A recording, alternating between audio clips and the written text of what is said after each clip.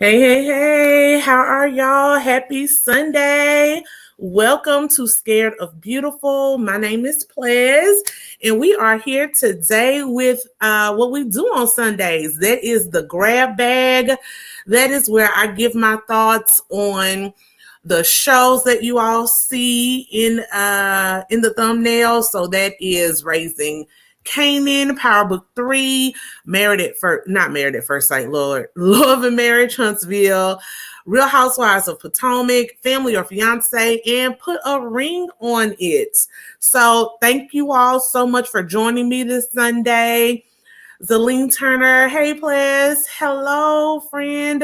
The Miss Steph Nicole, happy Sunday, Steph Nicole. Let's see. Virna Lisi, bless ups, Plez. Peace. Hey, girl. Blessings to you, too. Latanya Simeon. Hey, Plez. Hey, how are you today? Gina Wilson. Happy Sunday, everyone. Plez, I'm ready for this one, sissy girl. It is a lot. These shows are giving a lot. Jacques, wherever God wants me to be. Hey, Plez. Hey, how are you today? So, you all, let's get into it because it is a lot to cover today. These shows, in my opinion, were really good this past week. I really enjoyed most of them. And I want to enjoy them with you all. So, first things first, remember our rules. We are here to engage in fun, discourse, and discussion. So no verbal abuse or derogatory comments or disrespectful comments will be allowed. We also don't talk about past subjects here at Scared of Beautiful. We have moved on, so it is onward and upward. We are discussing this reality TV drama and nothing else.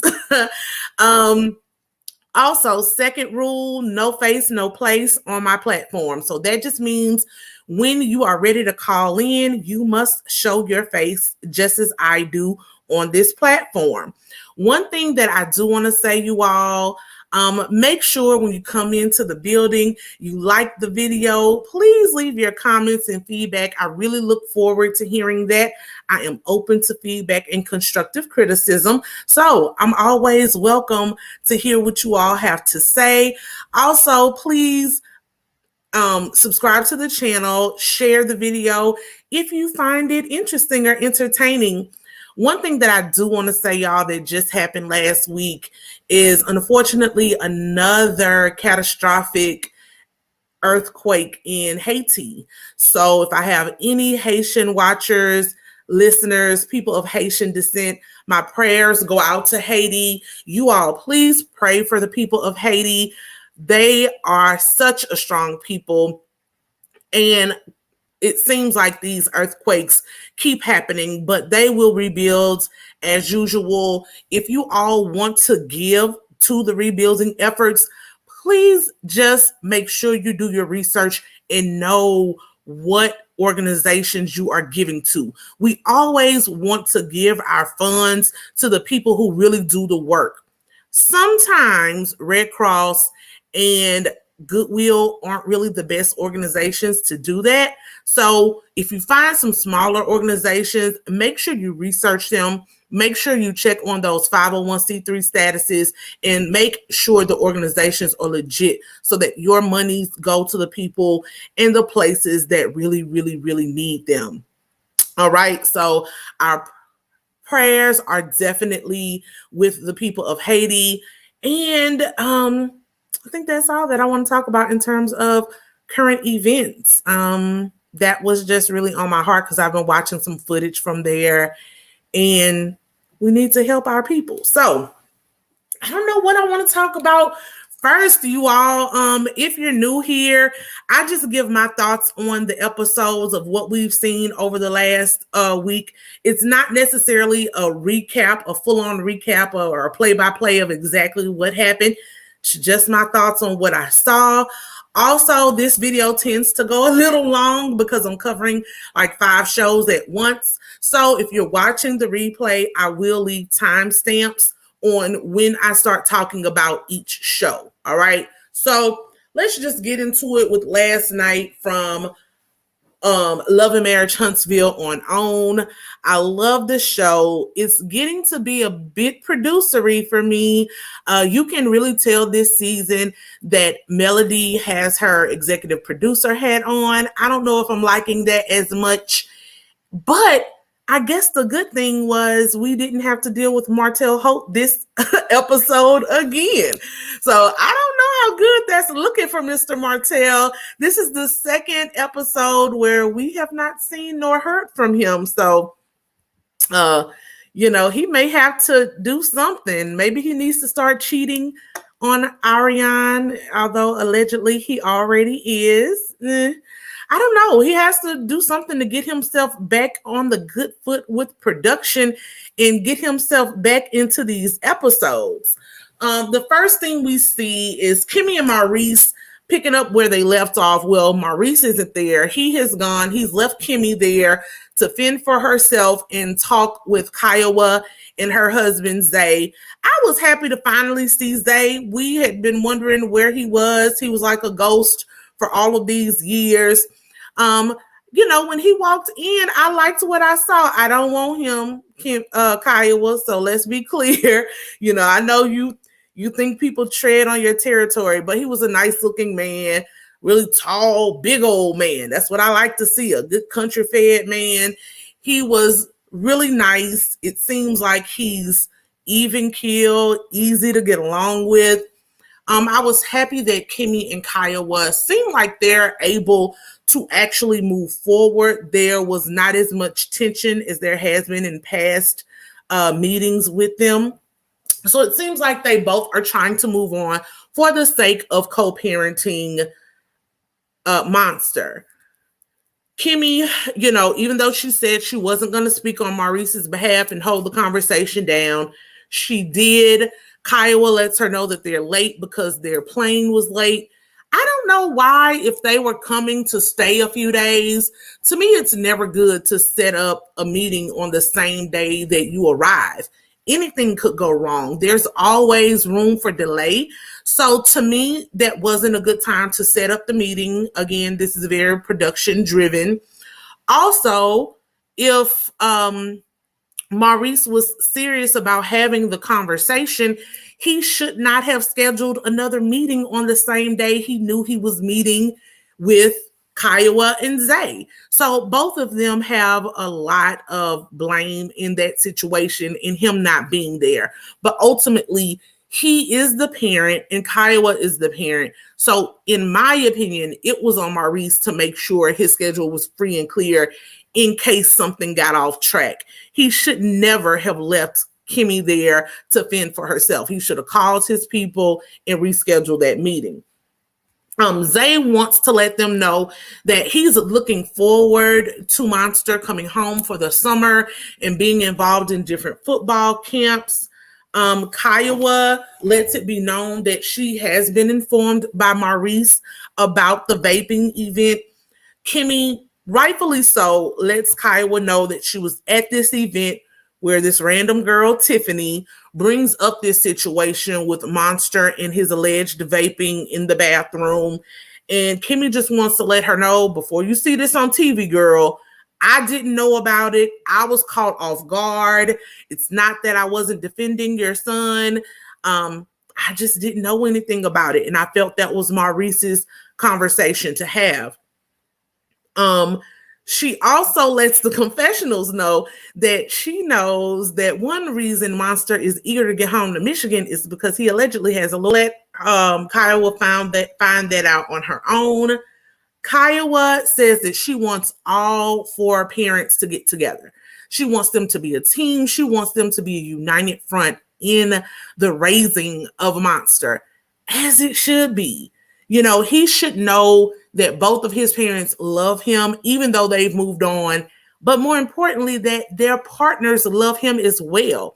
He is blessed in that sense, because so many people, once divorce or separation happens, have horrible co-parenting relationships. So I applaud the parents for trying to be grown-ups and move forward in love for their son. Maurice and Kiowa, we see in a later scene, we see them talk to Monster about the vaping. They leave Kimmy and Zay wherever they are, and the two parents themselves take Monster on like an outing or I guess a parenting date to this look like some kind of spaceship museum that is in Alabama. And they sit him down afterwards to talk to him about the vaping. Maurice lets him know that as a young Black man, his leash is shorter than everyone else that may be around him. He asks him if he knows what that means. And Monster says, yeah, I have to make better choices. Maurice is like, it's bigger than that. When you do make decisions and bad choices, unfortunately, that makes it harder for you in life. And it makes it where you have to now prove yourself to other people. They say that they want him to feel safe and want him to be able to come and talk to them whenever something is wrong. And, I kind of get what they were saying. However, I personally don't feel it was a conversation for television, at all. I've said before that I really struggle with reality TV and children. I think it might be okay while they're still kind of grade school age or preschool. But once they get into high school, it's really hard for me. Middle school and high school, because those are times when teenagers are vulnerable. Those are times when teenagers need safe spaces. And I don't really think TV is a safe space. I don't think children should be exploited for reality television conversations. You could tell from Monster's body language that he was very uncomfortable. He did not want to have that conversation on television. They get off of, kind of riding him about the vaping, and they move into this girlfriend situation. And Kiowa lets it be known that she wants to know. She wants to see who this little girl is in Michigan that he wants to go see. Maurice starts talking to him about sex and the need to have these conversations. And I'm sorry, y'all. I don't know if Maurice is just not remembering himself as a child, and maybe he was shy, and maybe he wasn't, a little horn dog that little boys can be sometimes.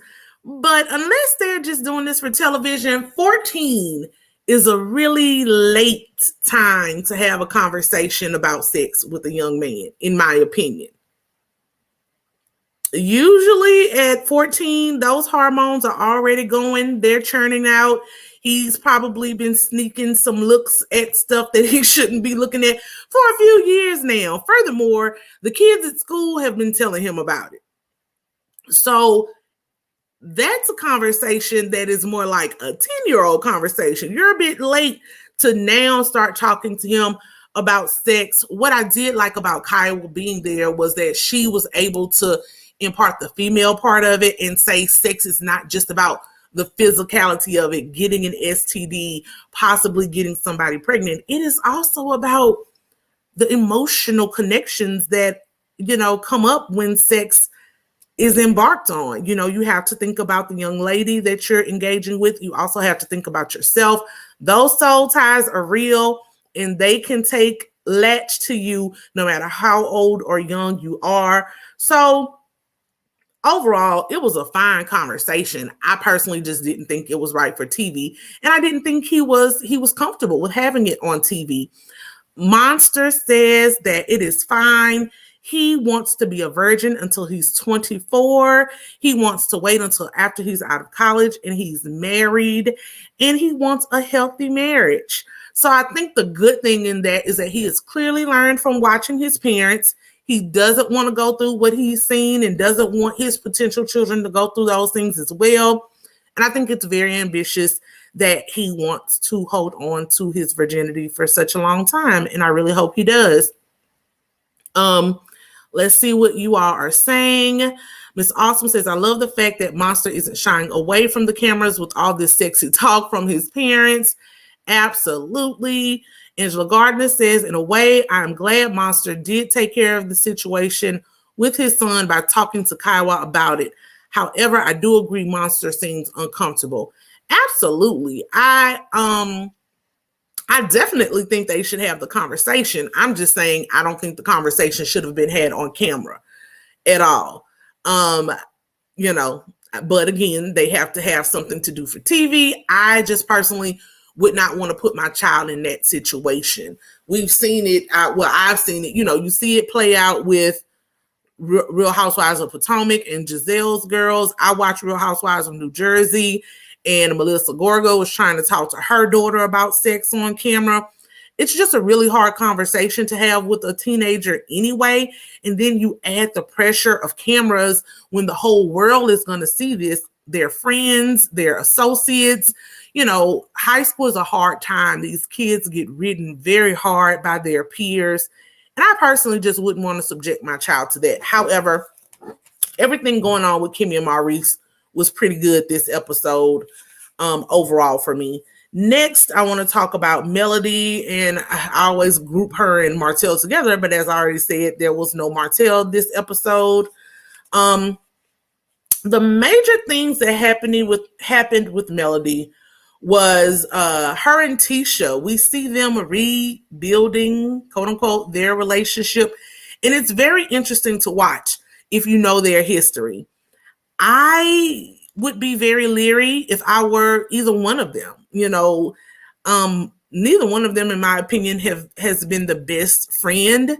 So, you know, I know they have to do this for the show, but I think both of them may be overindulging in terms of sharing their private matters with one another.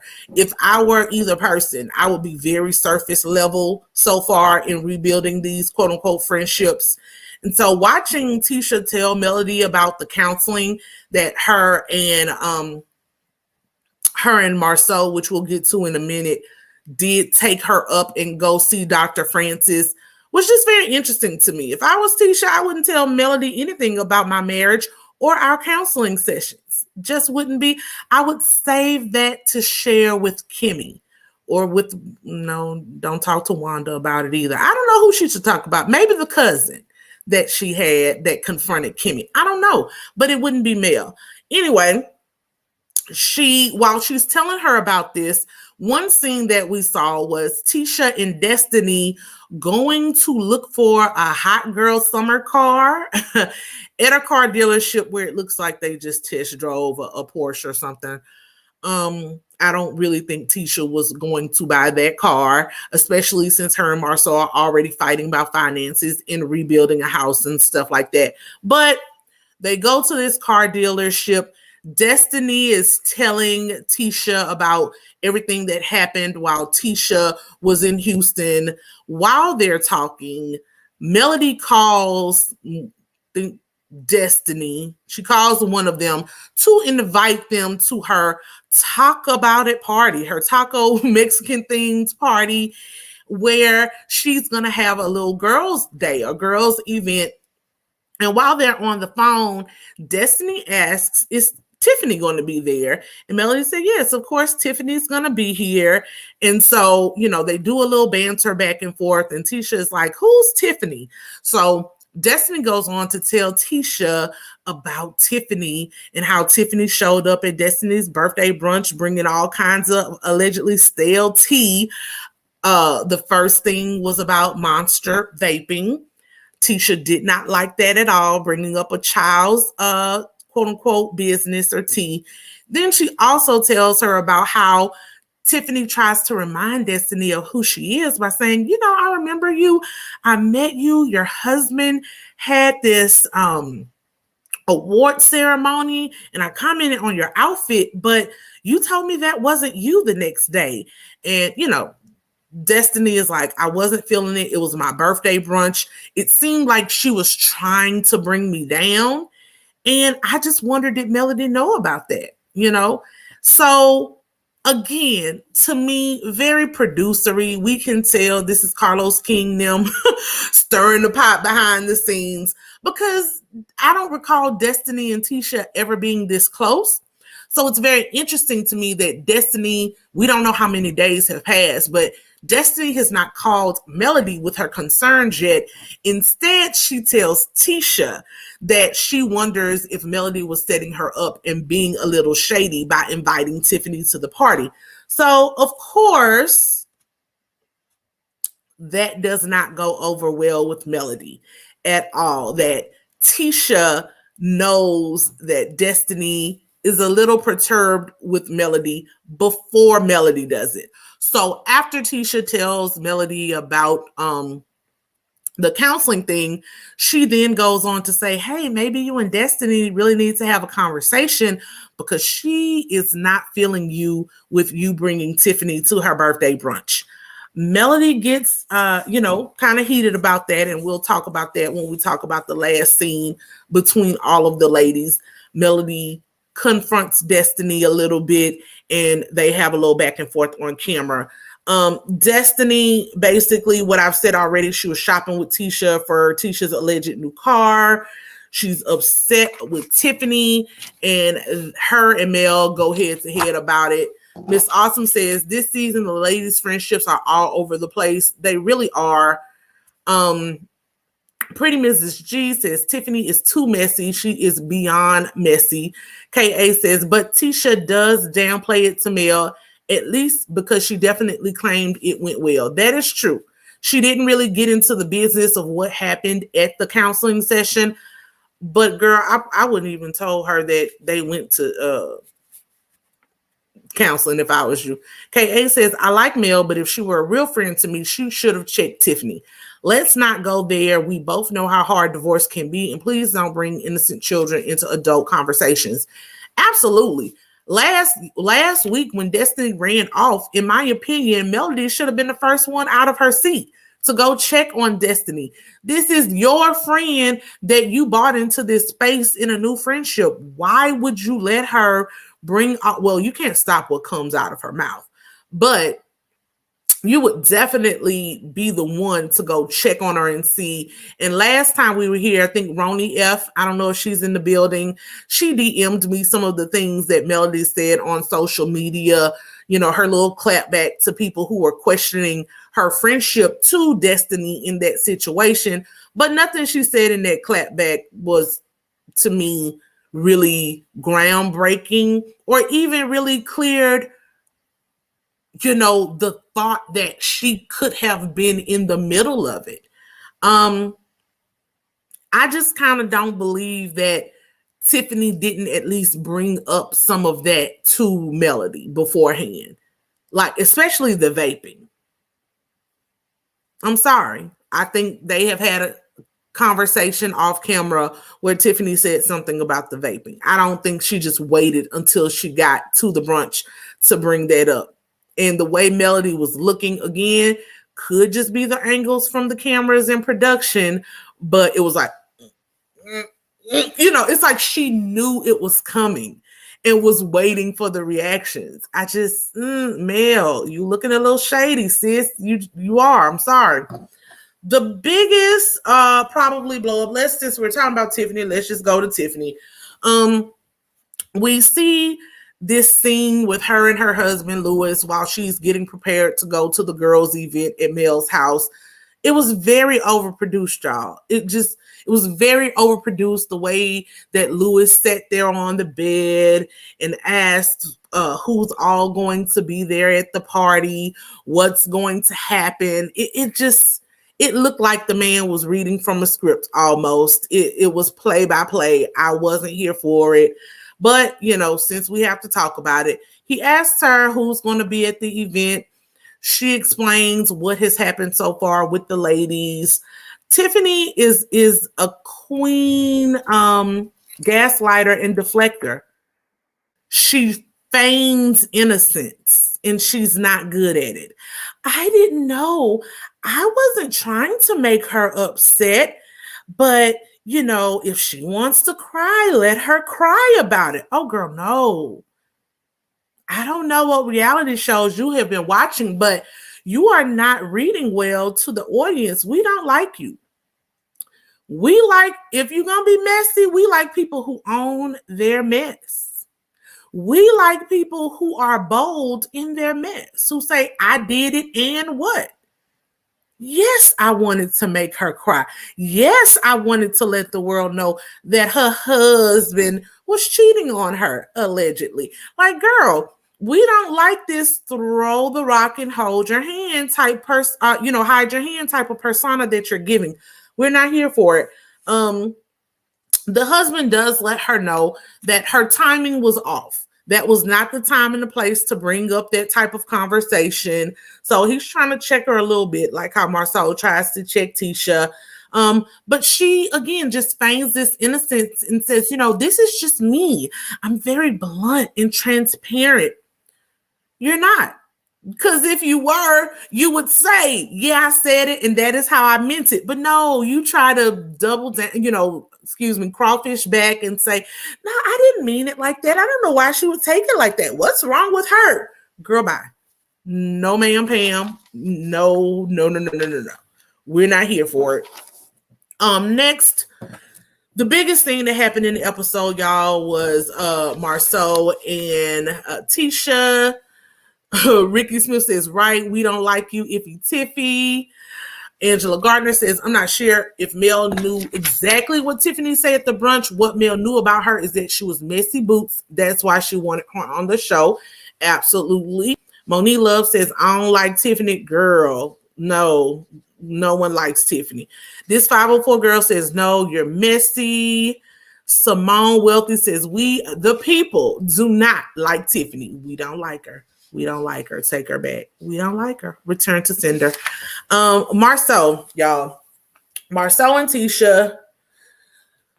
Tisha finds out about Destiny's divorce at the car dealership, and Tisha claims there's a divorce pandemic. And she doesn't waste time to shade Melody by saying that we knew Melody's was a long time coming. Oof. That's what I'm saying. I wouldn't be telling this girl none of my business. Shady. But she's really surprised about Destiny. She goes on to tell Destiny that, it's hard being married out here because women don't care. Women will try your husband. So then she gets into this delusional story that she's telling people. And she tells Destiny that there was this woman in Houston in a red dress who was coming after Marceau, and she had to stop her and check her. Y'all, please tell me what world Tisha lives in. She really, really thinks that Kyra was coming for Marceau. And I don't know what the camera saw that we didn't see, because production is especially on this show, is shady AF. If there was a scene with Kyra ogling Marceau, we would have seen it. We would have heard more or seen more than just this sound clip of them introducing themselves to each other. That girl don't want him. And the fact that Tisha was out there crying about this and that she's now telling other people this story makes me question what reality she lives in. For real. I just, not, okay. I'm not saying no one wants the man, because I think he has a few on the side. However, Kyra, did not want that man. I just, Tisha, when Destiny is telling her about Tiffany, and Tiffany bringing her stale tea, those who know, Tisha referred to the TSP, and I found it hilarious. It is what it is. It was a good little dig. And it's just funny to me, though, that Tisha is messy herself and indulges in tea all of the time. but only thinks that her tea is legitimate. And ma'am, that tea, especially with Kyra, is not. That is some rancid, stale tea. That girl does not want your man. Next, we see Tisha bamboozles Marceau and gets him in for a counseling session with Dr. Francis. Y'all already know that. I think Dr. Francis is a nice older man. He's probably great at his profession.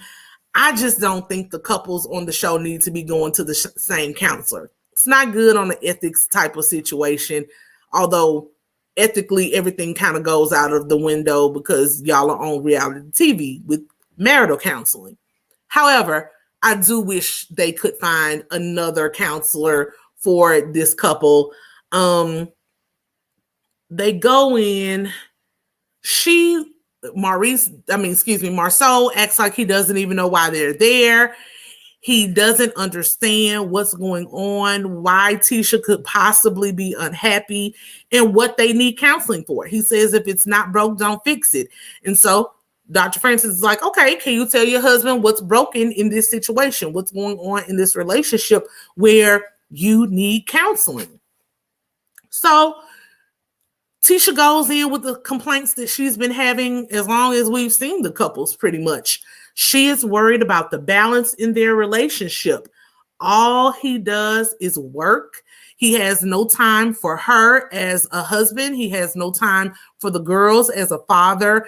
And she wants more of Marceau as a husband and as a father. So immediately, Dr. Francis asks Marceau, what did he hear? And Marceau breaks it down to the simple fact that he hears that Tisha cannot deal with the stress of everyday life, that she needs more help, and that she should be happy with everything that he gives and provides to her. He compares his stress to her level of stress. He compares all of the what you call those things? I want to say they're not boils or bunions, but you know, the hardness in his hands, of how hard that he works, and you know, basically the scars on his body that he thinks will show how much he does for his family in terms of provision. They get back to this stay-at-home mom argument. Marceau is like, you are complaining because you wanted to be Superwoman. I wanted you to stay at home with the children so that all you had to focus on was the home and children. And Tisha makes a good point that, hey, I went to school. Thank you, El Renee. The callus is on his hands. Tisha's like, I went to school. I just got my second master's. What's the point in me going to get these degrees if I'm just going to stay at home and be a stay-at-home mom? The kids are in school. I should be able to do something for myself and fulfill my own careers and my own outside desires of the home now that they're in school. Marceau refuses to see it from her perspective. He feels like she should live a very comfortable life, especially with the lifestyle that he provides.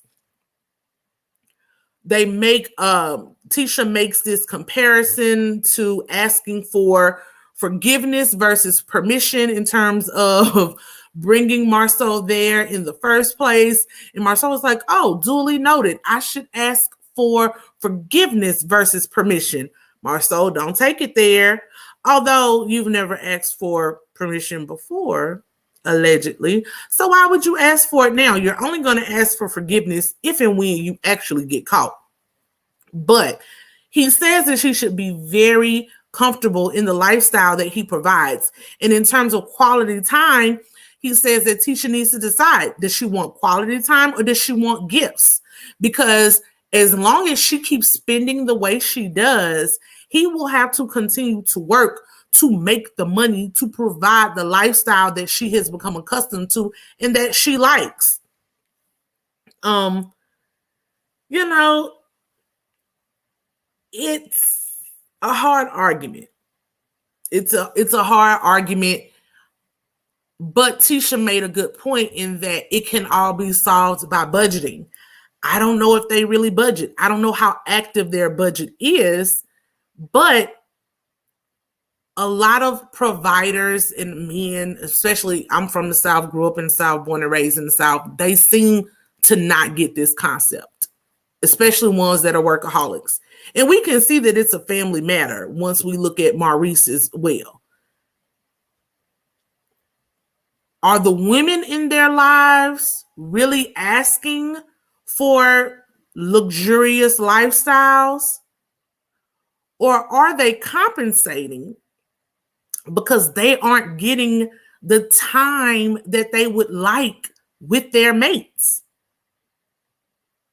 All people don't require luxury, right? I think most of us want to be comfortable. But if me having a luxurious lifestyle means I never get to see my husband and my children never get to see their father, I'll take a downgraded quote unquote lifestyle. I'll let go of a few labels to actually get to spend time with my husband, because time is what you can't get back, y'all. Time is what you cannot get back. And honestly, I don't know, based on what I see between Maurice's conversations and Marceau's conversations, I don't think that they're doing this to do anything but be in a peeing contest between themselves. I think they're trying to impress other people. I think they're trying to impress whatever other men that they surround themselves with, and that they put stock. They see success as money. They don't see success as a healthy marriage or well-rounded children. And unfortunately, they won't see it until it's too late, until their children grow up and can't stand them. And she's trying to catch it now, but they just act like they don't want to understand what this is. Pretty Mrs. G says these women aren't asking for much. On the other hand, all the men believe they are giving so much because they provide financially. Absolutely. Dominique says Tisha doesn't want to do that. She just got a Rolex and then went to buy a new car. Again, I think Tisha is trying to compete with other people. Also, he should have asked her. She probably would have turned in that Rolex to get the new car. KD says, I'm curious about the Scott brothers' background. They're intelligent, responsible, and hardworking, but they place little value on the women in their lives. Where does this mindset come from? I honestly think a lot of it is based in a poverty mindset. Maurice hasn't been as vocal about it, but Marceau has been very vocal when he was showing off Black and how he was building Black. He's been very vocal that they were very impoverished when they grew up. I'm talking about potted meat and crackers type of impoverished. And they, quote unquote, grew up on the wrong sides of the tracks, were homeless sometimes, didn't have a lot to show for it. And people who grow up like that do buy into, I gotta have more, I gotta have more. And in general, though, I just think that's really sad in our society that material things become the gold standard. You know, this whole thought of, I want my children to have better than me. We're going to talk about this later with Real Housewives of Potomac as well. People always relate that to material things. Sometimes wanting your children to have better than you had means wanting them to have an active father, wanting them to have an active mother, wanting them to have actual family time, wanting them to feel loved and securely attached. You don't get securely attached to things, to a big house, to a big car, because those things can be taken away from you at any time. At any time, there could be another real estate collapse, and everything that Marceau is building could crumble. you don't want it to be that, but that's life, especially in this economy, in this world that we're living in right now. So you can't put all of your stock into finances and quote unquote monetarily success. Miss Awesome says we have to remember Marceau and Maurice came from the struggle. That's why they work so hard. Absolutely. Tab B says that she agrees. Agree, Plez. Absolutely. KD says, I understand that, but why are they so chauvinistic? Why are women viewed as, I guess, less than? Because that's just, I don't know where you're from, but where I'm from in the South, honey, a lot of men think that. They think that women should have a place and should be seen and not heard. They both come from a very old school mentality. It's one reason why he wants his wife at home and not out here in the workforce. To him, that makes him feel like less than a man that his woman is actually working. When, as Tisha argued, my money is spent, I'm buying things for 3 women, 3 girls, and myself, whereas you spend your money on you. He doesn't see beyond himself. It's the same reason why the girls in that family was not last year. If y'all remember when he unveiled the thing for Black and he was talking about building generational wealth, they only included the young men in the family. And for me, that was a slap in the face to Marceau's own girl. Marceau only has girls. Only. So you've built this cigar lounge that you want to turn into a franchise opportunity. And you don't see a space for your little girls who are going to run your empire. Who is going to run the empire, Marceau, unless there are other children out there, allegedly. So you have to come. It's really sad that he has that mentality and still has only girls. That shows you how those mindsets keep being perpetuated. Because he's raising girls. He claimed last season that he learned so much when Madam Vice President Kamala Harris, was elected, but I don't see it coming to fruition. Simone says his oldest is a son. Oh, I'm sorry, y'all. I didn't know that they had a son. When do we see the boy? Oh, was he the one when they were breaking ground on Scott Manor? Okay. I'm corrected. 2 girls and 1 son. I really didn't. They never showed the son, y'all. Never. I completely forgot about that. You're right. He has a son that Dominique says he has a son that he didn't know was allergic to peanut butter. Absolutely. Absolutely. Vita Worship says, like the Coming to America movie. Yes, like Coming to America too. They never show the son, but in general, he still needs to include their daughters. Adrian says, is that Tisha's son? Yeah, that's Tisha's son. They absolutely do. I remember it now that y'all said that. Allergic to peanuts. But they never show him. They only show Macy and Mila, or Macy and Mila. They never show the little boy. Y'all are correct. I'm sorry. Either way, yes, he is very chauvinistic. But they keep going through the counseling. Marceau is saying that he's open to having a date night and asks Tisha what's the best night for her. She says Thursdays at 8. He creates a reminder with Siri to remind him about his date night.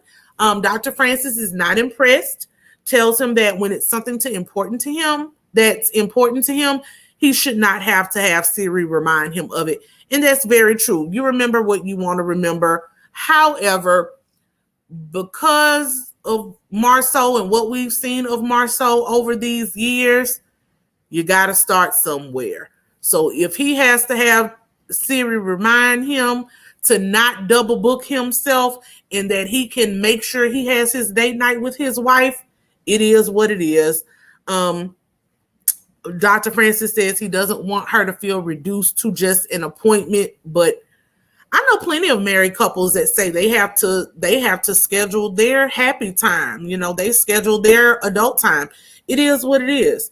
Marceau says that he feels ganged up on once they leave the counseling session. He felt ganged up on. He didn't feel that Dr. Francis really understood him and his perspective. He and Tisha go back and forth again about the date night and about her spending and everything that's going on in their relationship. And Tisha just walks off and says, you know what, maybe we shouldn't even do this. We shouldn't even try it.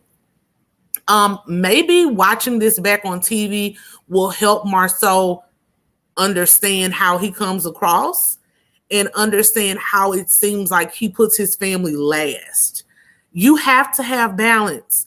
Work and provision is great, but you actually have to spend time with people that are in your life that mean something to you. No one should mean more to you than your wife and your children. They need the time. Maybe the children need to start being more vocal about it. You know, maybe if he hears his children say how they miss him or they wish he would come to the play or to the game or the ballet recital, whatever they have the children involved in, maybe that'll help.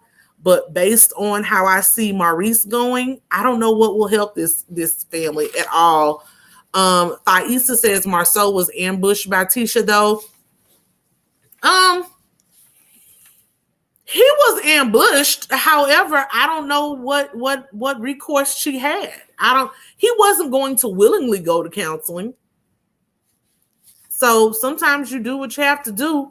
El Renee says, I just wonder, when did these feelings start for Tisha, and if this is directly tied to the 20 women's rumor. Is she suddenly feeling super insecure and notice he's spending time elsewhere? I don't think so. You know, in my opinion, they've been having this argument pretty much since the beginning of this whole show. The last 2 or 3 years, they've had this argument in some shape or form. She has wanted him to be more involved.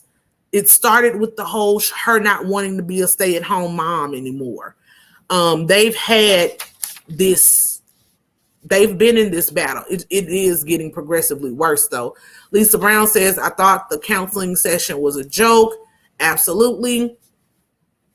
Lisa Brown says, I think Tisha has always been insecure. I agree. Tanya Manning says, if the last 2 seasons haven't convinced Marceau, I don't see this season doing anything different. This 504 girl says Tisha is super insecure, and we seen that last week's episode in Houston. Adrian Roberson says, you cannot spring a counseling session on your husband. I wouldn't blindside my husband like that. That will be something else for him to be mad at her about. Yeah. Miss Awesome says the kids don't care right now because they have mommy, but when they get older, they will understand. Absolutely. All right, y'all. The last big scene that we see is the girls at this taco party, right? As I already said, Melody is on guard because Tisha has told her that Destiny is not happy with her for bringing Tiffany and her mess to the birthday brunch. All the girls show up. Kimmy, Tisha, Tiffany, Melody. Destiny is the one who gets there a little late. She is hot. She's ringing the doorbell. No one hears her, so she calls Melody. Melody lets her back, and they go from there, y'all. Tiffany is at one end of the table. You know, production has it set up as a standoff, and Destiny is at the other end of the table. And Melody wants to get into it. Melody wants to know, Destiny, what's going on? I heard you had some beef with me. And Destiny's trying to play it cool. She's like, oh, no, there's no beef. I'll talk to you about it later. She wants to have a one-on-one conversation with Melody. She did not want to do it in front of the other girls. And Melody was adamant. No, you let Tisha know what's going on. Let me know right now. And Tiffany is acting bewildered and confused, like, oh, what is it about? It's about me. She's like, yeah, it's about you. You bringing stale tea. And Tiffany's like, oh, no, I normally come in empty-handed. And Destiny's like, not this time, girl. You brought lots to the table. That was basically the preview, y'all, the cliffhanger.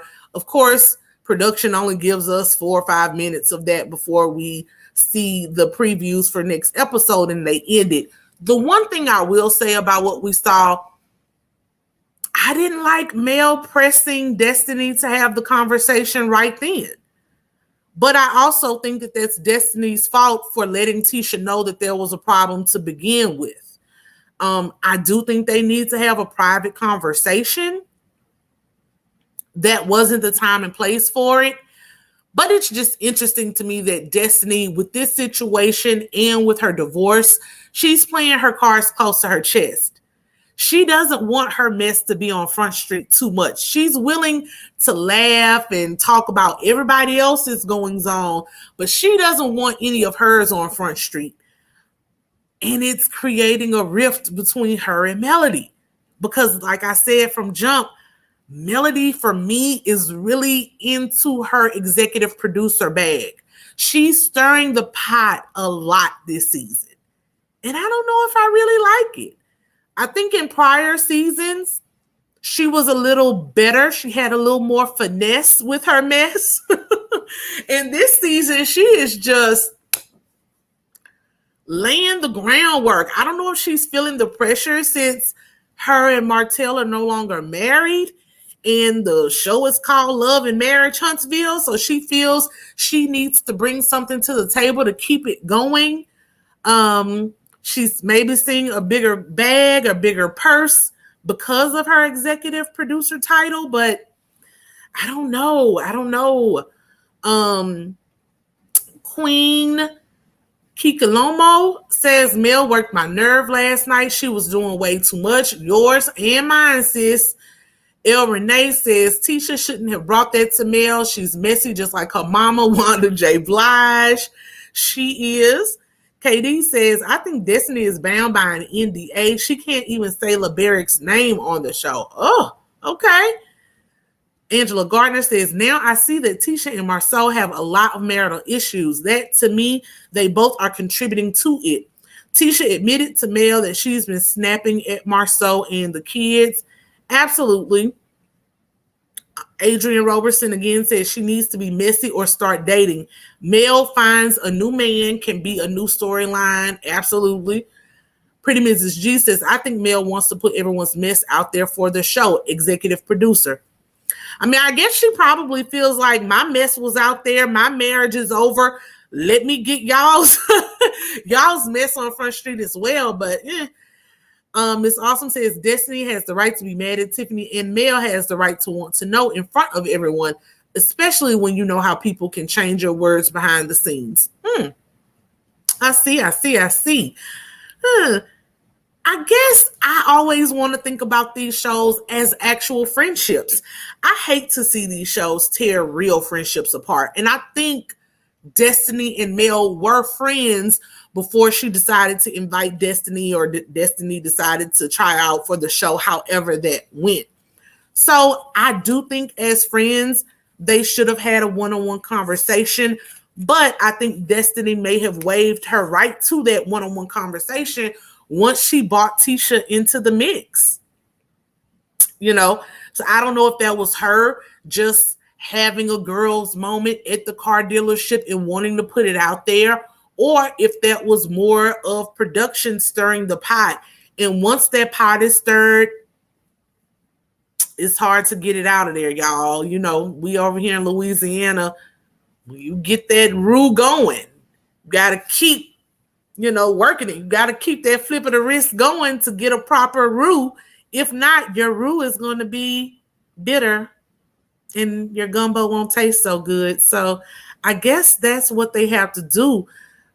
I just don't like it. F10 says Mel is in the EP bag and knows this show can franchise itself if the ratings are high enough. LAMH enter new city here. Anybody? Okay, I see it. Juju says, I don't think they were real friends. Okay.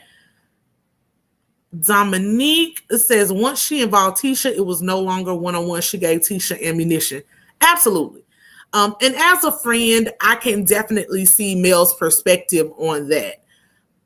She thought that her and Destiny had a closer friendship than that. But I think Destiny also felt she had a closer friendship and should have come to check on her when Tiffany brought her and her mess to the table. Nola K says, Mel feels slighted. Destiny didn't tell much about her divorce, so she is throwing Destiny in the pot with the other mix. JJ says, Melody has always been faithful to the money. I see. I think we are all on the same page when it comes to Miss Melody, y'all. Now, I'm going to do it a little different this week, y'all. I am going to go straight to Family or Fiance. I don't know if y'all watched Family or Fiance last night, but it was a lot, y'all. It was super heavy. Somebody was like, oh, Plez, you take this stuff too seriously. Look, y'all, it is supposed to be entertainment, but last night's episode of Family or Fiance was very heavy. It started off super crazy, and then it only got crazier when we watch it through the whole show. So if y'all don't know, Family or Fiance is a show it comes on after Love and Marriage Huntsville, and it is where we see a couple that is engaged. Their family is not here for their engagement for various reasons, right? So last night's every episode, there's a different couple. Last night's episode was Katasia and Victor. I'll blow this up a little bit more so y'all can see the couple. And I don't know if y'all can really see from here, but Katasia looks to be a little younger than Victor, y'all. She's a little younger. Guess how much younger? Katasia is 25 and Victor is 55. Y'all heard it right. 25 and 55. Victor is a whole 30 years older than Katasia. Not only that, we find out that they met when Katasia was a young 19 years old, and she was working at a grocery store where Victor would come in with his 49-year-old self every day to flirt with this young girl. I'm sorry, y'all. It gives me very Predator vibes. I don't care what anyone says. You can say age ain't nothing but a number. Once they're 18, they're grown. No, sir, no, ma'am.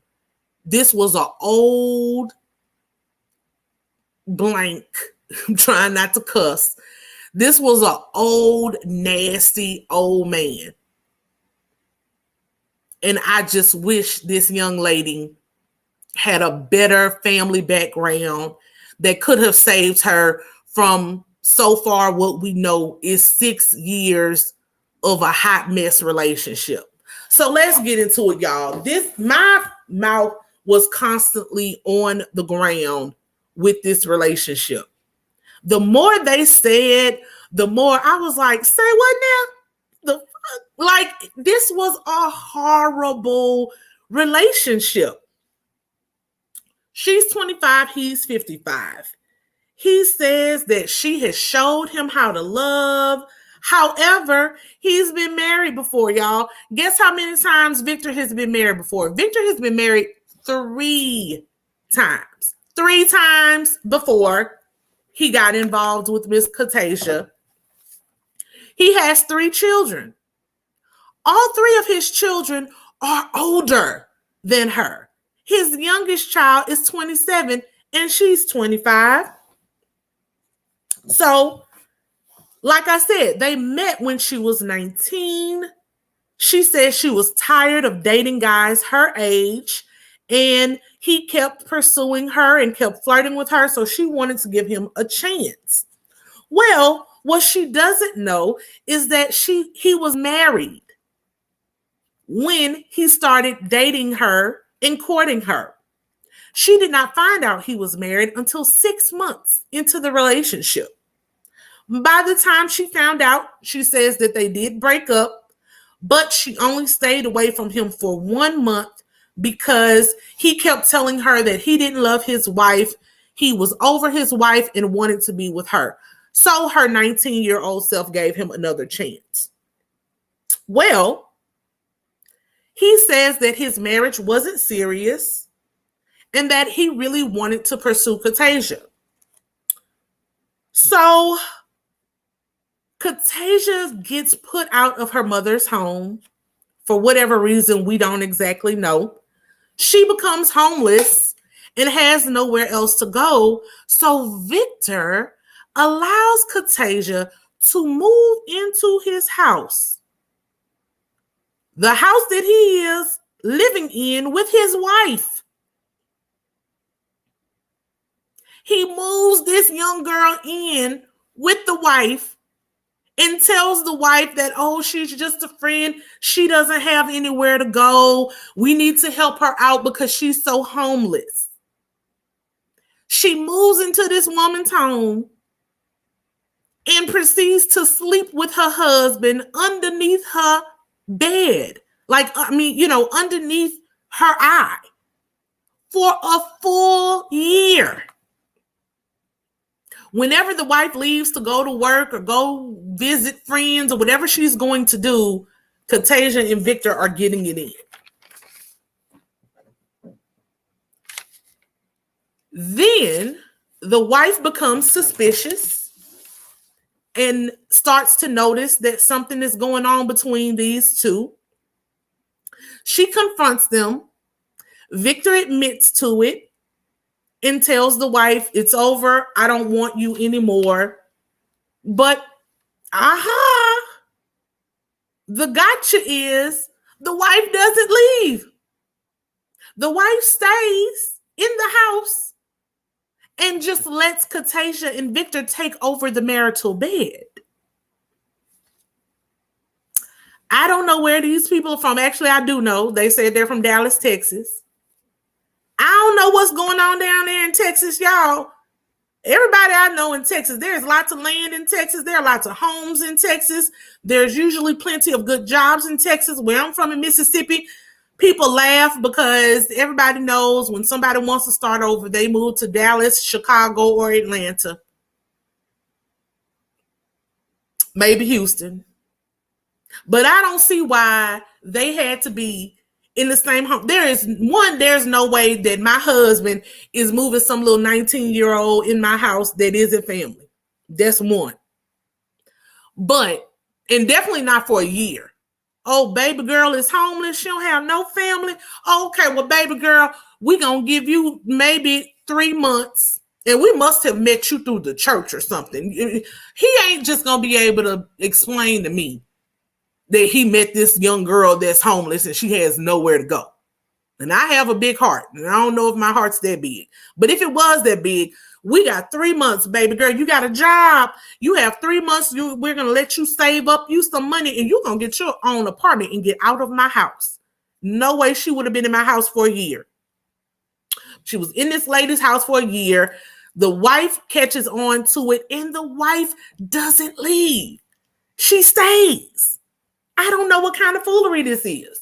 So the wife stays. Eventually, he and the wife get divorced. The wife moves out.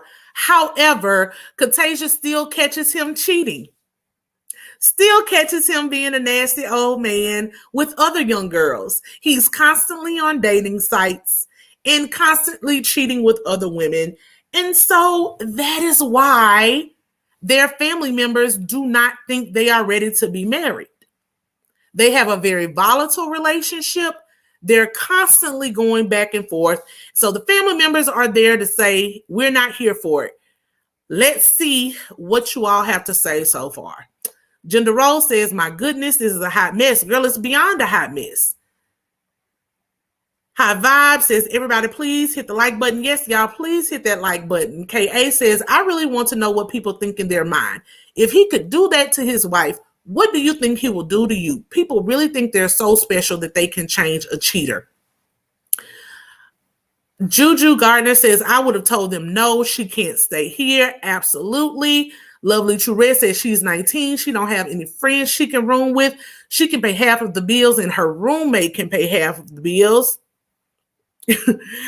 I be the shit says, what in the Tyler Perry studios is going on? Oh, child, I gotta see this. That's a trifling old geezer. Girl, all of the Tyler Perry storylines, girl. I kept watching every time they dropped a new, bird crumb. I'm like, am I being punked? What is this? It was Tyler Perry. It was Jerry Springer. It was what's the other one who was the bodyguard for Jerry that got his own show? Steve. It was Big Steve's show.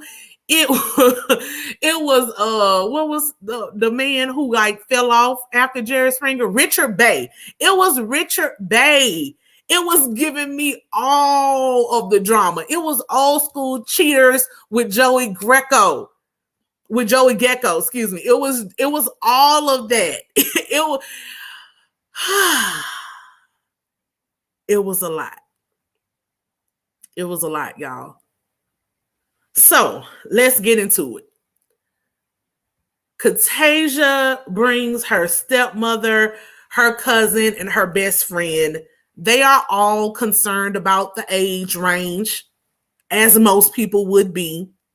They are concerned that their relationship is very toxic and tumultuous.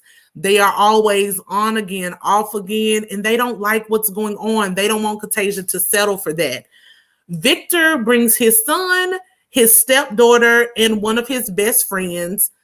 They all also are worried about the age difference.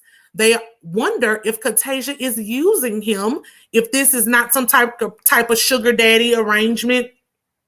And they also say that the relationship is very toxic. They are worried if this couple is really best for each other. What we learn about Victor is that he is a former drug addict. He does not have a good relationship with his children because of his drug use.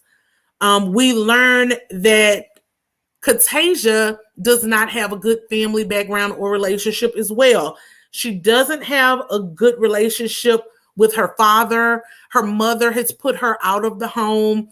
And because of that, she looks to Victor, literally, y'all. She actually said out of her own mouth that she looks to Victor as a father figure, a best friend, and a lover.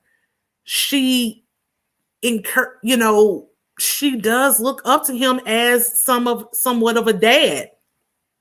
They both have cheated on each other multiple times. Victor claims he cheats because he catches her cheating. She doesn't really admit to any cheating. She says that she constantly finds Victor on dating sites and with other women. As they're doing, if y'all have watched this show before, each person who's in the couple has to meet with the other person's family members, and they do different games where they're questioning each other and just getting to know more about the person who is engaged to their family member. So Katasia gets into a really big confrontation with Victor's stepdaughter because the stepdaughter is asking her questions, basically trying to figure out if Katasia really is in love with her father or if she just wants him for monetary reasons, for stability, to have a place to lay her head. Katasia gets very offended by this, like literally starts cussing and fighting. They have to break up the scene. The production has to step in. The other family members have to step in because Katasia is ready to drag Victor's stepdaughter by her wig, honey. She's ready to fight the girl. And it was just really too much. She didn't appreciate the stepdaughter and the son questioning her and mentioning things like sugar daddy. She doesn't like being judged like that. Victor says that he cheats on Katasia because when they break up, Katasia's like, it's over, it's done. So he's like the guy who we saw from last week's episode. Once she says it's over, he thinks he's free and he can go out and have sex with whoever he wants to. What was really sad to see is that Katasha really thinks that with this 30-year age difference, she can change his cheating and womanizing ways. Baby, if anybody who is out here that is like Katasha, you can't change a cheater. You definitely can't change a cheater that has a 30-year age gap on you. This man has been married 3 times. Now, I know marriages break up, things fall apart, but if somebody's been married 3 or 4 times, it's them. It's not the other people. It's them. And the fact that this man has been married 3 times, he was married when he met you, he was disrespectful AF and moved you into him and his wife's marital home when he knew he had a sexual relationship with you, shows you the type of man he is. You were the side chick, and now your spot is open. He's recruiting new ones because you're going to be the new wife, so he has to have a new person to play with. That ain't going to change. He's 55. Don't think it will. It won't. I'm telling you it won't. And I'm sure your gut is telling you it won't. And this needs to stop before somebody ends up in a body bag. It's horrible, y'all. So the couples all think, all of their family members believe that this is not just a verbally and emotionally abusive relationship. They think it's a physically abusive relationship as well. When someone asks Victor that, he makes a joke about it and says, well, actually, I'm the one getting battered. Someone from production off camera is like, hey, are you telling the truth? Is this a joke? And he says, oh, yeah, I'm just joking. Well, what we find out is that it's not really a joke. Sylvia, thank you so much for the super chat, sis. Great to see you on YouTube doing your thing, Plez. Keep it up. Thank you. I intend to. So thank you all. As long as you all are supporting me, I'm here to break this stuff down with y'all and all of the other things that we are here to talk about and discuss and grow. So let's get back to these people, y'all. We find out that there is an actual physically abusive relationship going on here. There is some domestic violence going on. Katasha, after they finish the family dinner, confides in her stepmother that the relationship is abusive, that they both get physical with each other. It started allegedly with Victor being physically abusive to Katasha, and she started getting aggressive back with him. She had to learn how to fight back. The Katasha begs her stepmother not to say anything to anybody because Victor told her before they even came on the show not to bring that up. So she's pleading, y'all. It was so sad to watch this young girl. You could tell that she has been abused.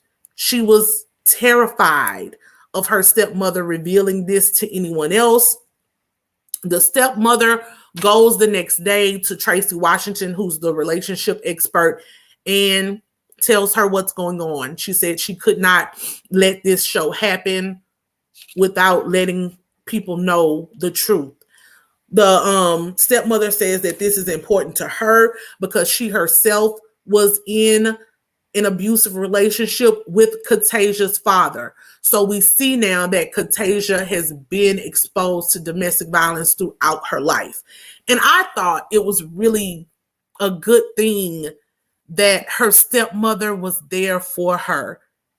Her mother wasn't, her father wasn't, but her stepmother fell in love with her as a little girl and still wanted to be there for her and be a safe space despite what her father had done to her. So the stepmother says she was in an abusive relationship. She didn't get out of it until she woke up in a hospital having a nervous breakdown. And she then knew that she had to go. She prayed, she asked God for strength, and she left that relationship. She does not want to see Katasha go through that either. Tracy confronts the couple about the suspected physical abuse. They both deny what's going on. She then asks Victor to leave the room so that she can speak with Katasia on her own. And when Victor leaves, Katasia breaks down emotionally. She cries. You can tell she is completely relieved to not have to lie anymore, and pretend that everything is okay. Tracy talks to Katasia, lets her know that she's in a safe space, that they are going to change how they do the show. There will be no blessing ceremony, because this is something that doesn't really need to be blessed. They need to work out their issues and get therapy, both of them, and stay separate so that they can get out of this abusive cycle. Tracy goes to get the stepmother. The stepmother comes in to comfort and hug on Katasia. Katasia expresses that she's worried about Victor being mad at her. She's worried about disappointing him. That whole father figure thing comes in again. Katasia agrees to cancel the wedding, but she says that she still wants to be with him. She still loves him and wants to be in this relationship. She just thinks that they need help to learn how to have confrontation and be able to be with each other without fighting. Afterwards, Tracy Washington, the relationship expert, goes out. She brings the whole family together. And the relationship that we see between Katasia and Victor's stepdaughter, Victor's stepdaughter, actually is somewhat healed, because the stepdaughter herself lets Katasia know, hey, I've been involved in domestic violence. I've been there before. It doesn't get better. And just because he's my dad, I don't condone this. I don't think y'all need to be together. Everybody on both sides agree that if they cannot be together without putting their hands on each other, they need to separate. Victor, in true, abuser and predator fashion, gets very upset with everyone. He becomes very defensive. He says he's not the only person who gets physical in the relationship. And the relationship expert suggests that they do a 30-day stay away from each other. No contact, no anything, just to work on themselves when they get back to Dallas. So they all leave. Like I told y'all, it was a very heavy episode with all of this coming out. And unfortunately, what the show does is once, the couple gets back, I guess a week or two later, or a month or two later, they get follow-ups from the couple.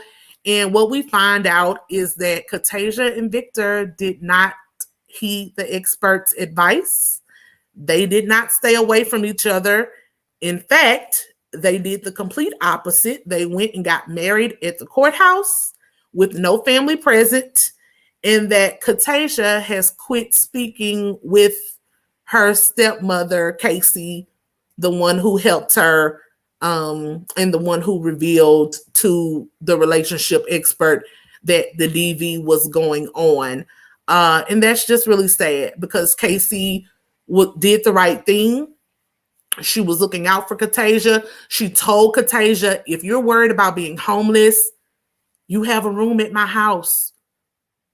We will not leave you on the streets. We will help you get on your feet. We will support you.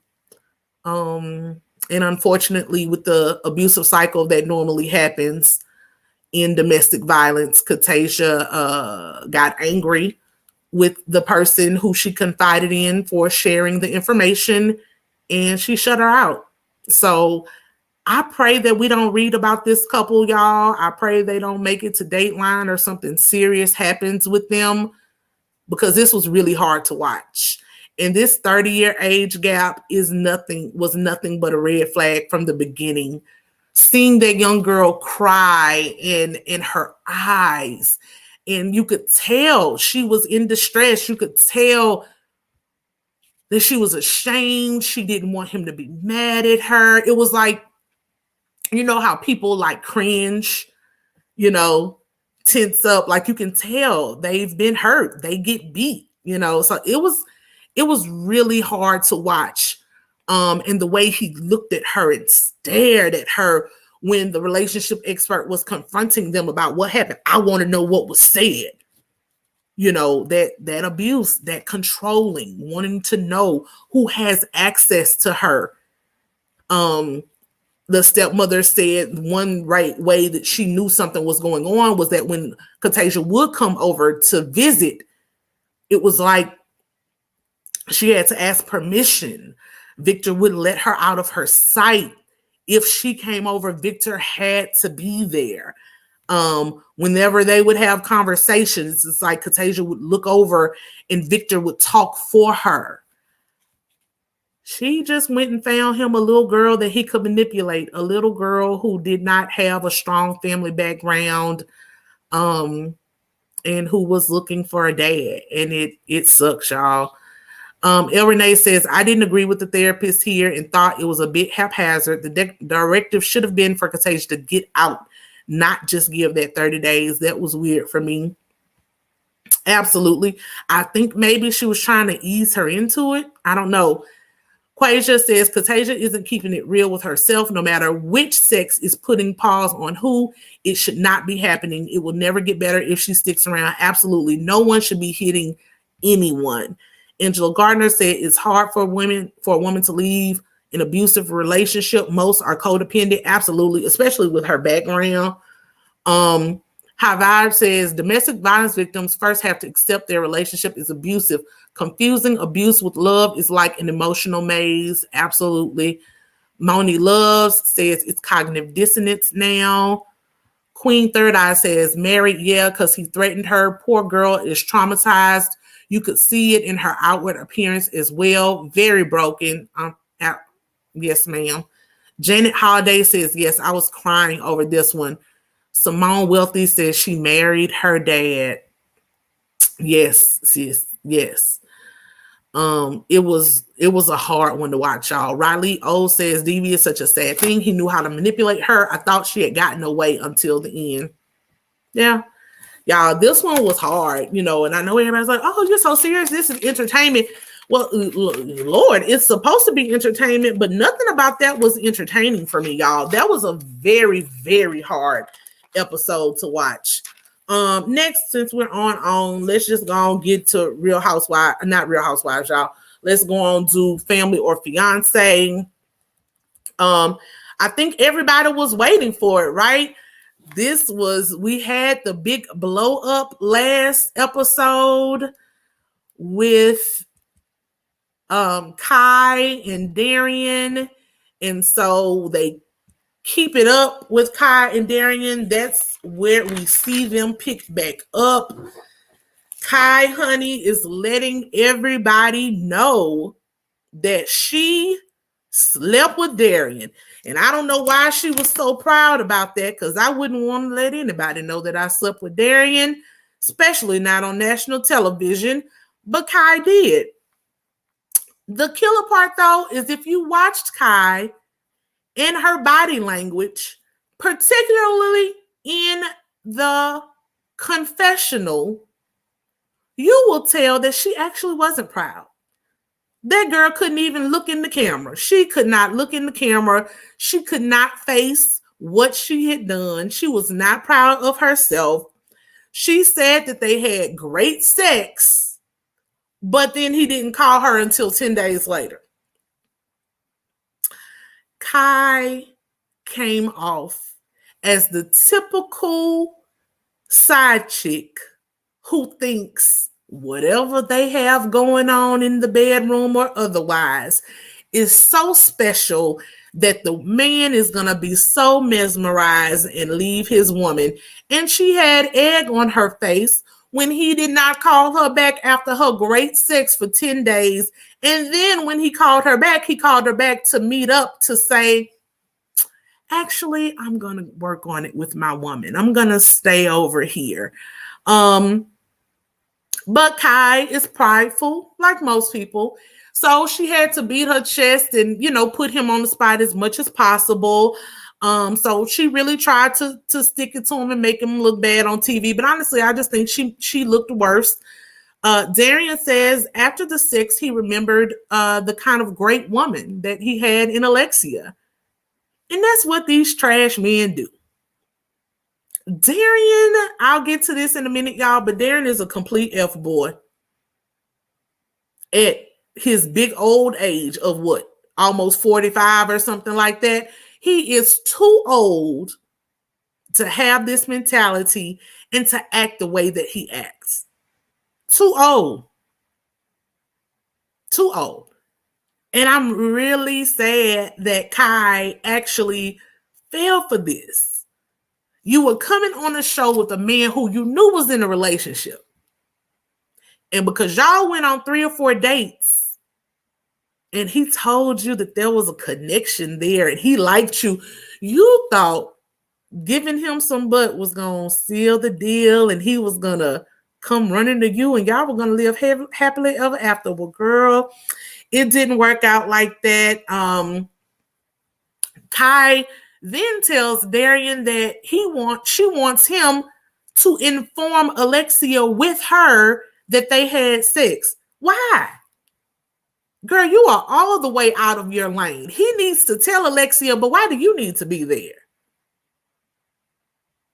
This overinflated sense of ego is something, honey. You're really trying to lay it on and make the people think that you are a boss, as you said, but you're not. You were hurt. You gave it up. And he went right back to his woman. And Alexia shouldn't feel that much better because he's trash. He's been showing you that he's trash for 14 years. And you keep holding on, honey. I don't know why, but hopefully this time you learned your lesson. Kai completes it by saying she took a chance with him, that she wishes him and Alexia the best. He's like, no, you don't. She's like, yes, I do. Of course she doesn't. If she wished you all the best, she wouldn't have laid up with you. She would have waited until you decided on your own that you did not want to put a ring on it. And she still could have kept some of her dignity intact. But she didn't, and here we are. Next scene, we see Kai is walking off saying that she got her closure and that she feels like a boss. You don't. You don't. You can put on for the camera, but you don't. All of your body language said that you don't. Those clothes that you wear say that you don't. And that's no shade. But a man can see how you carry yourself and how that relates to your self-worth. And those coochie quarter shorts say a lot about your self-worth. And I'm going to leave it at that. Next thing we see, let's see. Thank you, Grandma Scary. Hey, how are you? For the super chat. Hi, Plez. We spent all our retirement helping the kids, but we are happy. Yes. Thank you so much for supporting me.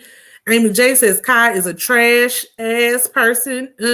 I wish he would have picked her because they deserve each other. They absolutely do. Absolutely do. Cece says, Alexia is used to Darian in his bull. She definitely needs some self-care. Absolutely. Quasia says she has no closure because she's still commenting on social media. Girl, she is? Please no. I don't know how people allow themselves to go on these shows and embarrass themselves like this. Like, Jesus, be some pride. Please, Jesus. Instill pride in the people again, because there is no way in Hades I would be on national television letting people know that I gave it up to this man. He didn't call me back for 10 days. She needs to go. Kai, if you see this for some reason, go sit down and listen to Lauryn Hill's Miseducation of Lauryn Hill. Particularly that thing. That thing is a good song for you. Lost Ones. It's a lot. It's a lot. A Rose is Still a Rose. A song that she did with Aretha Franklin. You need to think about some of these things. Because there ain't no way. You did the show, and now, according to my viewers, according to Kasia, you're still out here on social media commenting about what? You don't need to defend yourself in this one. This isn't one. This is an L that you just have to take. Don't defend yourself, because it's not a good look. No matter how you try to explain it, it's not a good look. And I'm not above it. I think a lot of women have been there before. We just don't get on national television with it. And I don't know how old you are, but at a certain age, like, this is like 20-year-old behavior. This isn't 30-plus-year-old behavior. It's just not. It's not. Anyway, let's get back to it, y'all. Next, we see Alexia speaking with Dr. Nicole. She's broken. She says that she doesn't trust her own intuition. That's when you know you have been manipulated and gaslit. This young lady has been with him since she was 19 going on 20. He has had years to manipulate her and gaslight her and make her question her own intuition. She questions it. She knew that he had this condo for a reason. She has suspected that he's cheated over the years, but she never thought that he would actually do it while they're on this experiment. And she never thought that he would actually bring another woman. I'm sorry, y'all. If you're in a committed long-term relationship, there is absolutely no reason for the other person to have another house and you all live together. Y'all live together. Why does he need a separate bachelor pad for if and when you all argue? He can go and get himself a hotel for the night. There's no reason for him to have that condo other than to act single when he wants to be single and to have you sitting there playing house when he wants you sitting there playing house. Dr. Nicole gives an excellent analogy of Legos, comparing Darian to little boys who self-sabotage and break down everything that they build. She was like, little boys get Legos, they build a house, and then they tear it apart because they're not sure if that's what they really want. And they build something new and tear that down. That was a really good analogy. I really like that. Alexia keeps putting it back on Darian and him sleeping around and him lying to her and him needing to make a decision. And Dr. Nicole is like, it's not about him. This is about you. We see what he does. Now you have to make a decision for yourself. She loves him more than she loves herself. And that is sad, but that is what it breaks down to. She says she's starting to finally question if he's the one. Does he really want a family? He has children already, 2 of which he had during the relationship, during the 14 years that y'all have been together. So she's wondering if he really wants these things. Dr. Nicole makes a very good point again and says that Darian loves himself and you love him. So where in the relationship do you get love? Who loves you? If you love Darian and Darian loves himself. It was what she needed to hear, because the reality is her actions and her arguments on the show show that she has no self-love. She said that she knows that she'll be stupid if she stays with him, but she loves him and she has invested time in him.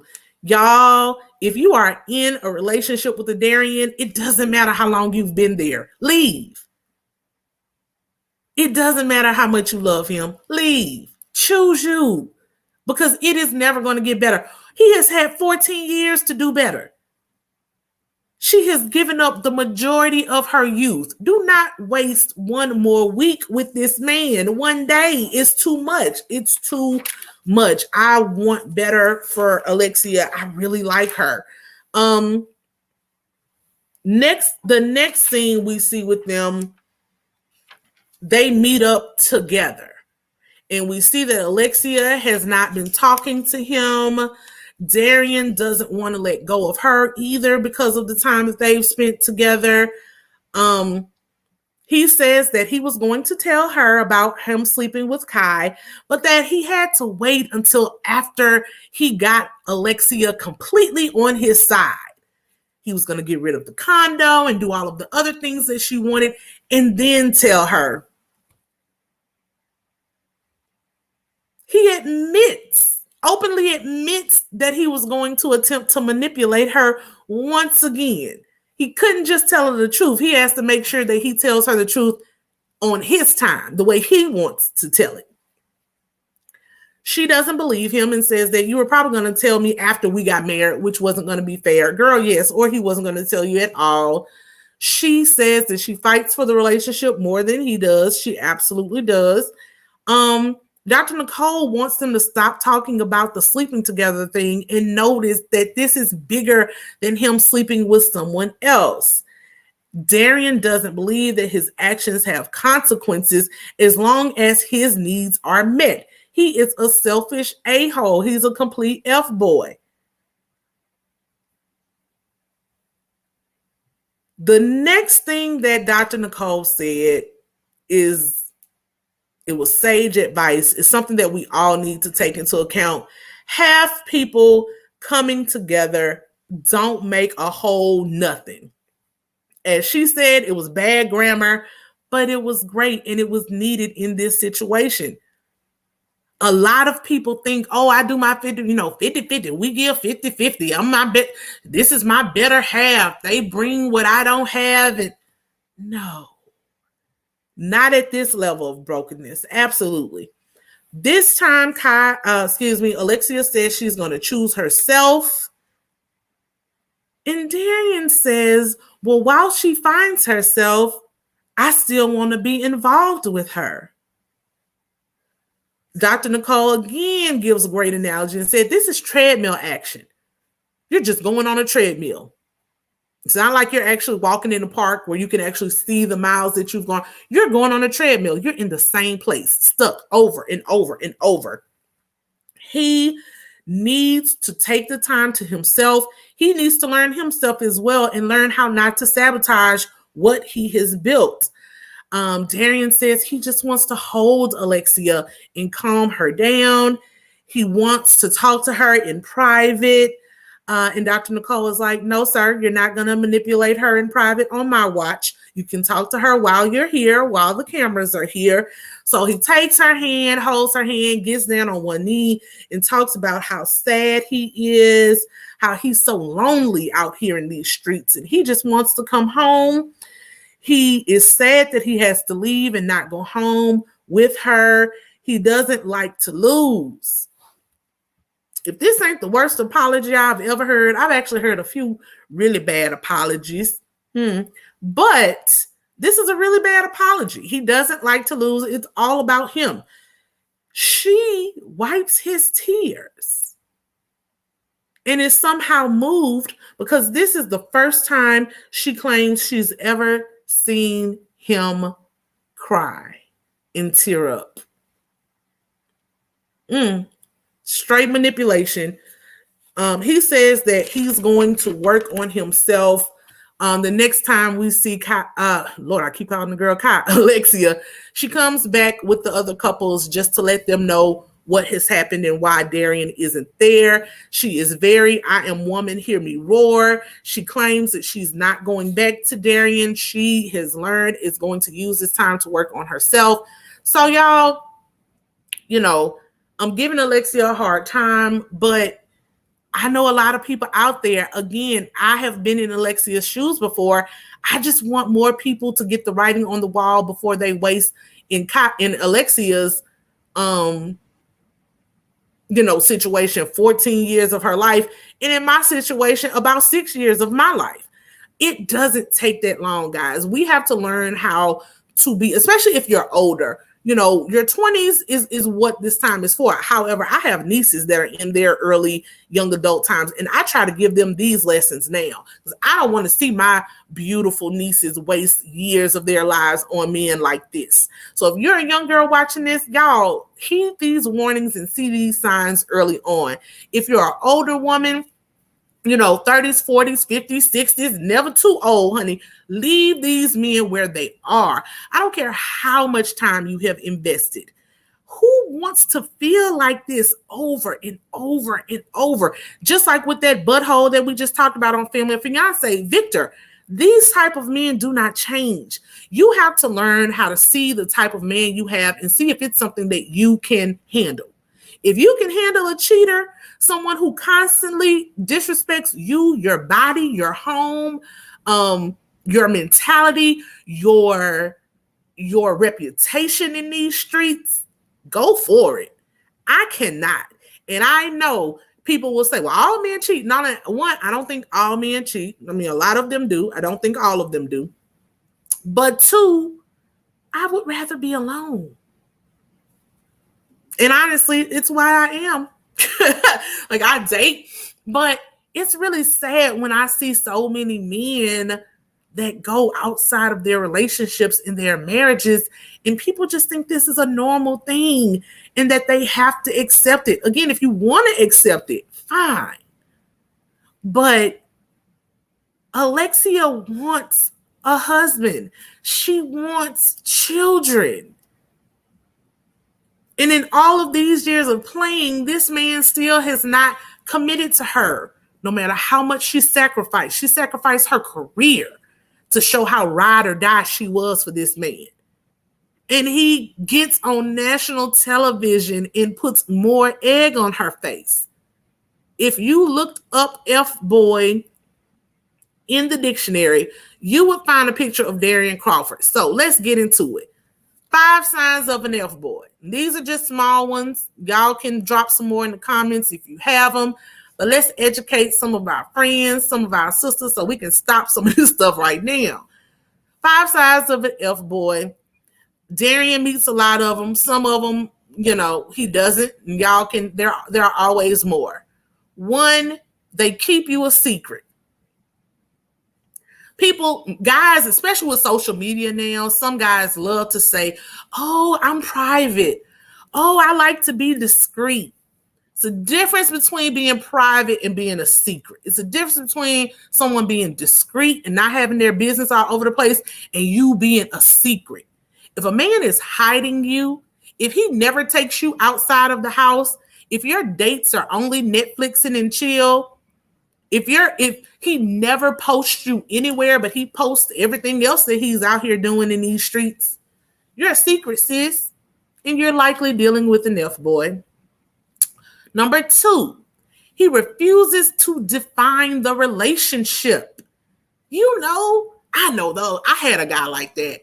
I was 21. I was at Xavier. I was in college. He was a campus police officer. And he did not want to put a title on our relationship. And even at 20-something, I knew that was because he wanted to have free reign to be able to do whatever he wanted to do. And then, if he was caught doing something, then he could easily say, well, I'm not your boyfriend.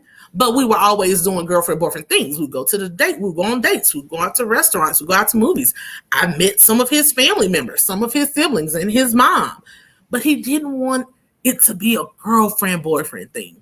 So guys that let you have these little sneaky links, these situationships, all of those things, fine, you're dealing with an F-boy, right? Number 3, he doesn't respond to texts and or calls for days. Most people at this phase of life keep their cell phones in their hands. If someone is leaving you on red, if someone doesn't pick up the phone just to say, hey, how are you? How was your day? No one is that busy, sis. No one is that busy. They either have another relationship or you just ain't the one. You're not it. I don't care how much he has sex with you. If he doesn't think to check on you, and I'm not saying someone blowing up your phone every day, but even the best F-boys do the group, hey, beautiful text. If you don't even do the hey, beautiful text, the good morning, beautiful text, the grand rising queen. Oh, I can't stand grand rising queen. Anyway, if you don't get that,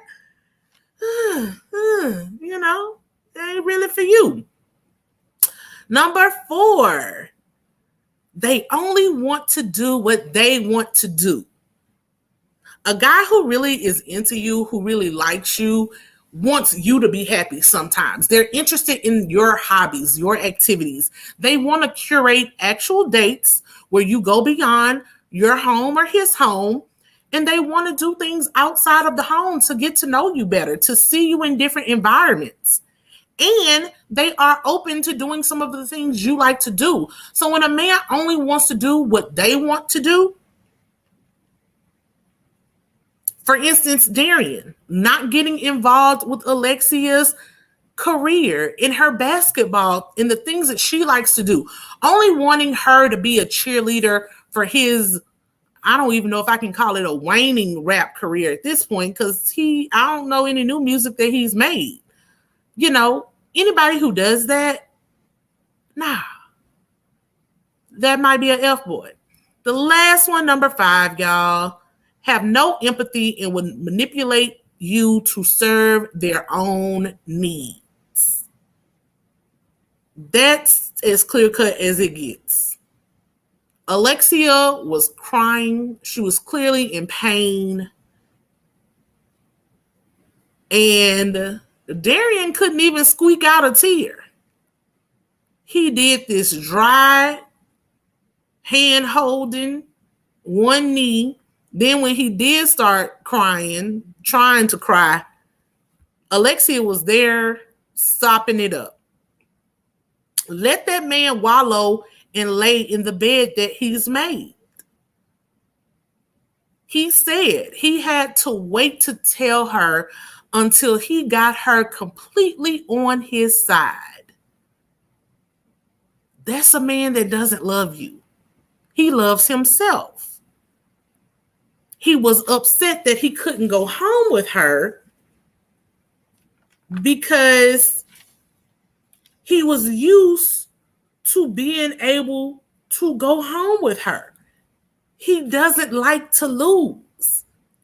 Not that he was upset that he hurt her. Not that her tears were moving him. Her pain was moving him. He doesn't like to lose. It's a game for him. It's a competition for him. So please, stay away from Darian's and all the other F-boys in the world. The first sign of them, y'all, please run the other way. And that's only if you want something. If you're cool with being a sneaky link, because I know we got people out there like that. People are at different phases in their life. I'm speaking on the terms of this show is about people who want to be married. That's why it's called Put a Ring on It. So if you're cool with being a booty call, if you're cool with being a sneaky link, if you're cool with being in a situationship, this don't apply to you. Do you? Because there are times in your lives where that might be all you want as well. But if you want a relationship, stay away from these types of dudes, please. Kasia says she gave up her first love, basketball. If he is not considerate of your goals, let him go. Absolutely. Okay, A says he should have multiple hits by now if he's always in the studio. Girl, you know what go on in the studio, especially in Atlanta. Let's be real. He has hits. It just ain't musical hits. And that's exactly what he has. So, y'all, that's it. That's all with Darian and Alexia. I hope Alexia, does what she needs to do and leaves Darian where he is. The next couple, LaRonda and Sean. I liked LaRonda's man, honey, that she's going on this second date with. I like y'all. One, I like bald-headed men. I also like stocky men, like running back type body styles. So again, there was a big country fed man that I liked. I liked Derek. He was very handsome, very mature, very secure. He gave lots of things that Sean is leaving to be desired. I like how he spoke up about a woman applying pressure. It's true. A man who wants you and doesn't want to lose you, not that you should give men a bunch of ultimatums. I personally don't want a man that I have to give an ultimatum to. However, he is true that when the right woman applies pressure, if the man doesn't want to lose her, he's going to get in line and give the woman what she wants to make her happy. Derek is ready to let her know that it doesn't require a lot of pressure for him. He sees what he likes, and he's willing to go to the courthouse right now with LaRhonda. Later, we see LaRhonda and Sean talk about what their task was this week was for the couples to talk about their views on marriage. LaRhonda wants a really small destination wedding. Sean, as we know, is in a fraternity. So he's like, it's not possible for me to have a small wedding. I want a big wedding. He claims that he can't get less than 13 groomsmen. Y'all, this is just personal. My personal taste. I don't like huge weddings. And I come from a really big family. But I remember being a girl and, even now being a young adult at weddings and seeing people like line up around the altar with 10 and 20 bridesmaids and groomsmen. It's not for me. It's not for me. I'm more of a LaRhonda. I only want my core, serious 5 best friends, best girlfriends, closest cousin to stand with me at my wedding. I love my line sisters. All of them will not be in my wedding. They can be in attendance. They will not be carrying bouquets going down the aisle. I think weddings should be nice, short, sweet, to the point. We shouldn't be 30 minutes in with people still bobbing down the aisle. It's not for me. So I'm with LaRhonda on that. Way too many people. But one thing that they talked about that I was surprised about, they both want a big family. They want lots of children, 7 children. They're willing to have a mix of birth children and adopted children. So I like that they were both on the same page with that. They both do not want to be divorced. However, they agree that they are not willing to stay in a toxic relationship just to not get divorced. So I like that part about them as well. They seem to be really on the same page, especially in comparison to the other couples regarding what marriage should look like and what they would want their marriage to look like. So I liked this episode with them. The next couple is Jessica and Eric. We see Jessica on a third date with the realtor that she's been dating, Sean. It was a really nice date. They went to this skydiving kind of simulation course. He was pouring it on as usual that he really likes her. But when Eric and Jessica sat down to talk about their marriage mission statement, it kind of all went left for them. They both say that one thing that's important for marriage for them is to be there for each other, kind of like a Bonnie and Clyde type thing, that they both should love deeply and passionately. And Jessica puts the brakes on, is like, I don't think you love deeply and passionately. And she lets us know that Eric did not recognize her for Mother's Day. She is not a mother to either of, she has 2 children. Neither of the children belong to Eric. However, she's a mother. They're in a relationship, have been in a relationship for the last 3 or 4 years. And yeah, guys, you got to acknowledge the woman in your life if she's a mother, even if she's not the mother to your children. So he didn't do anything for her, not a card, not a dinner, nothing.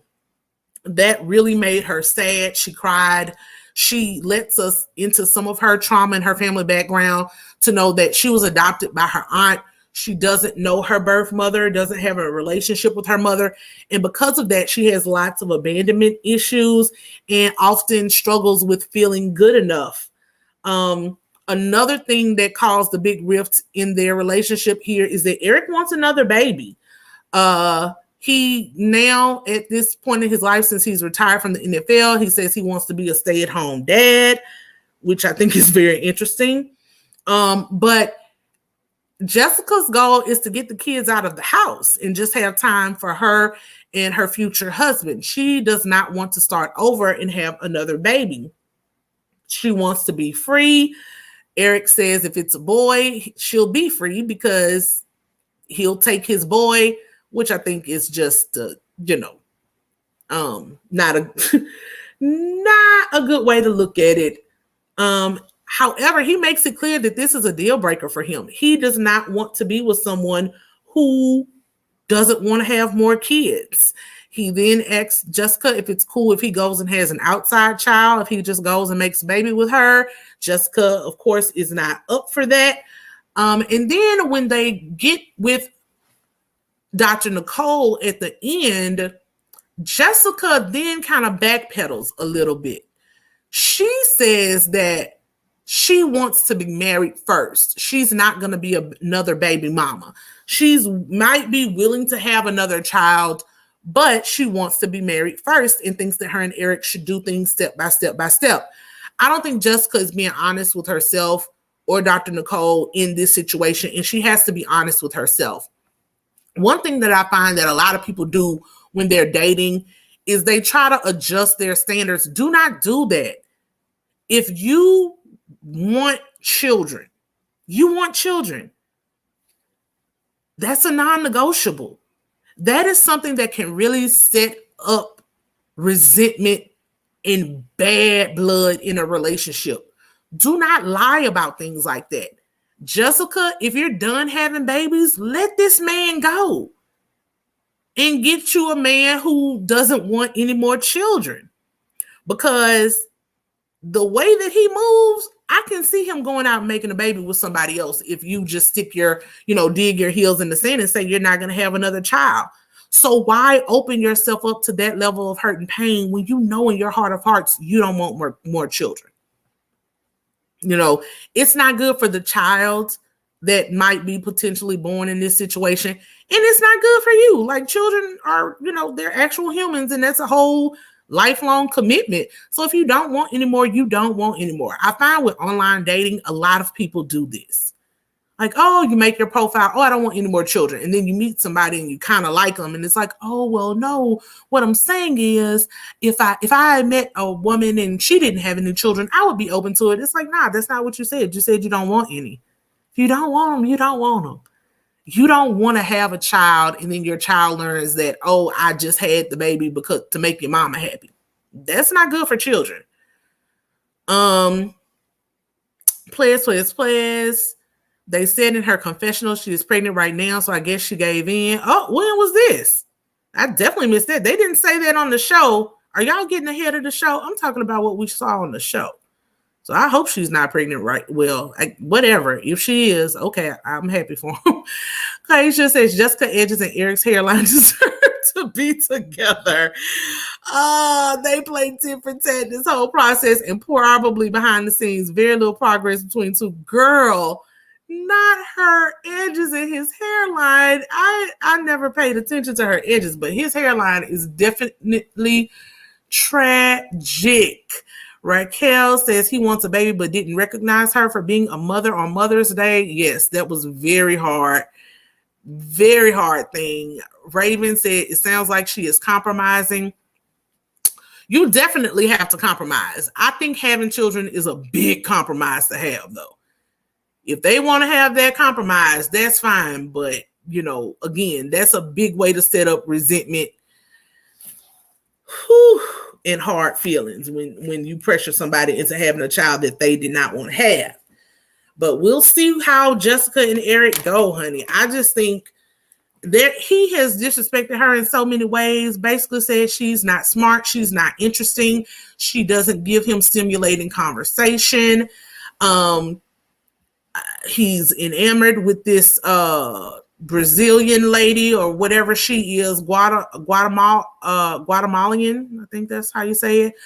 But we'll see, because we see on the preview that he goes back to laying up with the foreign lady, and they are laying down, rubbing on each other, looking very compromising. So we'll see how that goes. Pretty Mrs. G says there's no compromise with children. Absolutely. I think that's a non-negotiable for me. And the way Eric said, it's a non-negotiable for him as well. So let's get past that one. That was Married at First Sight. I have Married at First Sight on my brain. Y'all, that was my thoughts on Put a Ring on It. Now let us roll on over to Potomac and see what these Real Housewives are talking about. Y'all already know how I feel about this show. I love it. This episode was okay. It was a little dry to me in some spaces. I don't have any pictures of them. We all know who these characters are. The only new one is Mia, and we know how she is as well. So Giselle, Giselle was being her normal, messy self, never showing any of her own life or what she's going through, just digging into everybody else's background and getting them to spill all of their personal things. So I personally thought it was wonderful, wonderful, wonderful, wonderful. Did I say wonderful? I smiled a lot when Ashley's young baby Dylan decided to spray poop in the midst of all the BS Giselle was sitting there talking about. I thought it was very poetic, very, apropos that the baby just happened to have an episode of explosive diarrhea when Giselle was sitting there running her crappy mouth per usual. The talk about Ashley pooping during labor was way TMI. And again, it was a way for Giselle to encourage someone else to tell their embarrassing secrets while she, I guess, spilled a little bit of her own superficial tea. It was hilarious when production asked her in the confessional if that was the real reason why Jamal left her, because she pooped on herself during labor. Probably was one of the many reasons why he left her. Giselle lets everyone know that she invites Ashley on this trip to Williamsburg, Virginia. And we see Giselle in all of her messy glory talking with Ashley and bringing up the new Wendy's body and alleging that Wendy is doing all of this plastic surgery and dressing in this new provocative way because allegedly Eddie is cheating. We all heard the cheating rumors, and Giselle, of course, being the messy maid, the bone carrier that she is the one who introduces these rumors to the show. Y'all, I'm so over Giselle. I'm so over Giselle. I just don't like her. And it's so funny because people are like, well, you like Kenya, but you don't like Giselle. I don't. I can't tell you why. I just don't like her. I think it's because Kenya at least owns who and what she is a little better than Giselle does. Giselle just, to me, picks on everybody else and never wants to address her own issues. She runs from them. At least Kenya, will deal with whatever dirt comes her way, but Giselle always deflects. This whole situation with her and Karen and her being mad at Karen because Monique isn't there. Let's be real. She has no one else to fix her sights on since Monique is gone. And she wants to dig into Karen, but I'm like, Giselle, you have brought up everybody's marriage and relationships on this show. Now someone finally did it back to you. And you're angry and you want justice because someone lied allegedly about your husband or ex-husband and your family on television. Those weren't lies. You are angry and you're throwing daggers, but you have not confronted. The way you confront a situation or an allegation is by saying, Jamal and I were in a real relationship. Jamal wasn't cheating with other women. Jamal was never with this woman. You have never addressed the allegations. Instead, you just want to turn and point fingers. You're lame. You're soft. You throw everybody else's dirt, but you can't handle any of your own. Y'all, I can't stand this girl. I can't stand it. I can't. In every episode, it gets worse and worse and worse. And I'm like, how old are you? You exploit your ex-husband because you're the one who brought up Jamal Bryant being a cheater, pumpkin eater. That's how we knew this tea to begin with, right? You exploit your children. You were trying to exploit little Sherman, and he ran away from you. Quiet as is kept, The hairdresser doesn't even really deal with you the way he used to. He rolls his eyes.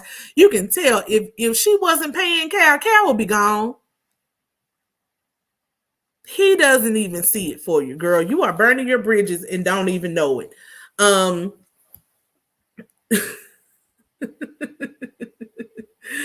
Pretty Mrs. G says Giselle acts like we haven't watched the past 5 seasons and embarrassing truths exposed during the reunion. Absolutely. Quasia says Jizzy doesn't give that she has much of a personality.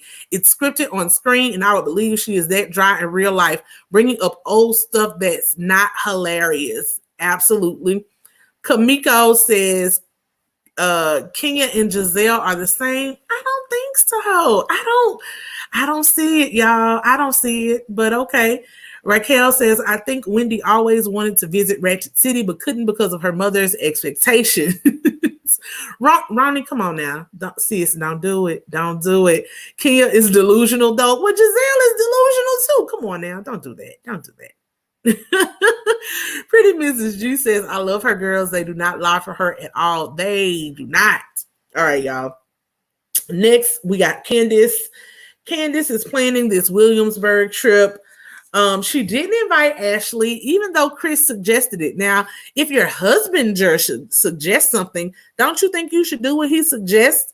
It only looked bad on you, girl. Bad and petty. There's no reason for you not to invite Ashley. I guess she's still mad that Ashley wrote this character statement for Monique, but you're supposed to be bigger and better than everything. Remember, Candace, you're moving forward. So why would you not invite Ashley?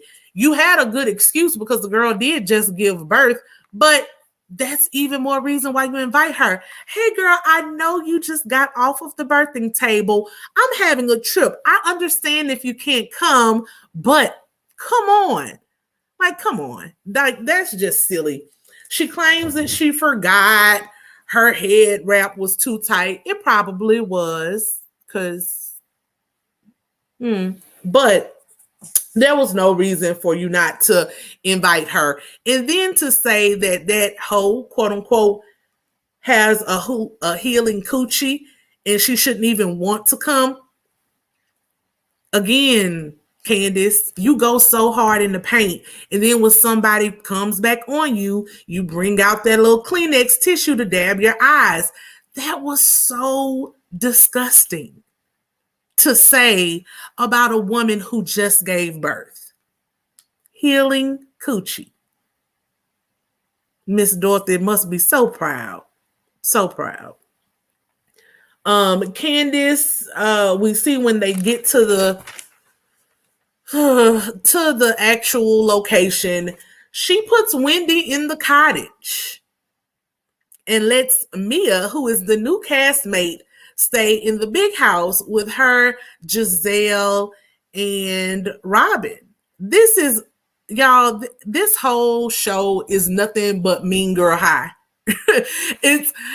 Candace is still trying to buddy up and be accepted by Giselle and Robin so much that she has now put Wendy on the outs because Wendy and Karen are engaging in a friendship and getting to know each other better.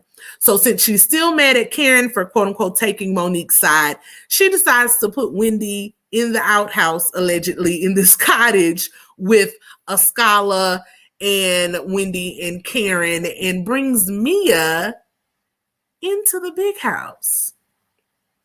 Very interesting dynamics. Robin, I don't even know why Robin is on this show. The only notes that I have about Robin, because she really didn't do anything other than be Giselle's lapdog and pit bull again. She also, Giselle and Robin finally have their meeting with Mia where they get to know more about her. And Mia, I'll get to her when I talk about her, but she's exposing more of her lifestyle, explaining to them how she grew up, what made her the woman that she is today. And she explains that she doesn't have the best relationship with her mother because her mother was addicted to drugs and they have had a hard time rekindling their relationship. So Robin shares some of Juan's business, not her own, but Juan's business. Although we knew Juan's parents had died, and that's how he and Robin got together, basically, because Robin's parents took him in while they were dating. So Juan's parents died from AIDS because of heroin use. Mia intimates that her dad died the same way. He got AIDS due to heroin use. Robin kicks Mia out of her bedroom when they get to the big house on the trip, this wonderful trip to Williamsburg, where Candace has shown Mia around the house, and Mia decides she wants this suite that's upstairs. Well, apparently Giselle's room is upstairs as well. And so Robin decides, of course, at the urging of Giselle, that she and Giselle would like to be upstairs in the adjoining suites upstairs, and that Mia should take the downstairs suite instead. And ironically, Mia accepts. I don't know what is going on with Mia. She had this whole bulldog stance ahead of time. Mia says she's just happy to be in the big house. Okay, girl. You give people an inch, they're going to take them out, especially people like Giselle and Robin. That just showed more of Robin's true colors. When Giselle and Robin get into it, when Giselle and Karen get into it, Robin is there to kick in with her trusty barking per usual when no one was talking to her, letting Karen know that she's doing too much, and Giselle didn't wish death on Ray. Why are you talking? This lady is 50 years old. Robin is like, what, 45, 46? Giselle can speak for herself. Why is Robin always talking for her? Like, why? I'm not understanding this. Locks Queen says it was so funny how Giselle and Robin reacted to me in that sit down. They was expecting some good old tea. Absolutely. Britt says Robin is gizzard. Sorry, Giselle's neck. Oh, KA says I wish I would get punked by Robin. Absolutely. Locks Queen says Mia said on Twitter that she let Robin have the upstairs suite with the view because it's obvious Robin is not used to nice things. Oh, sometimes I wish I could tolerate Twitter, but thank y'all for sharing the tea with me on Mia's explanation. I'm sorry. She would still not be used to nice things if it were me. I'm not going to let another grown woman kick me out of a room that I have already laid claim to. Especially not for Giselle.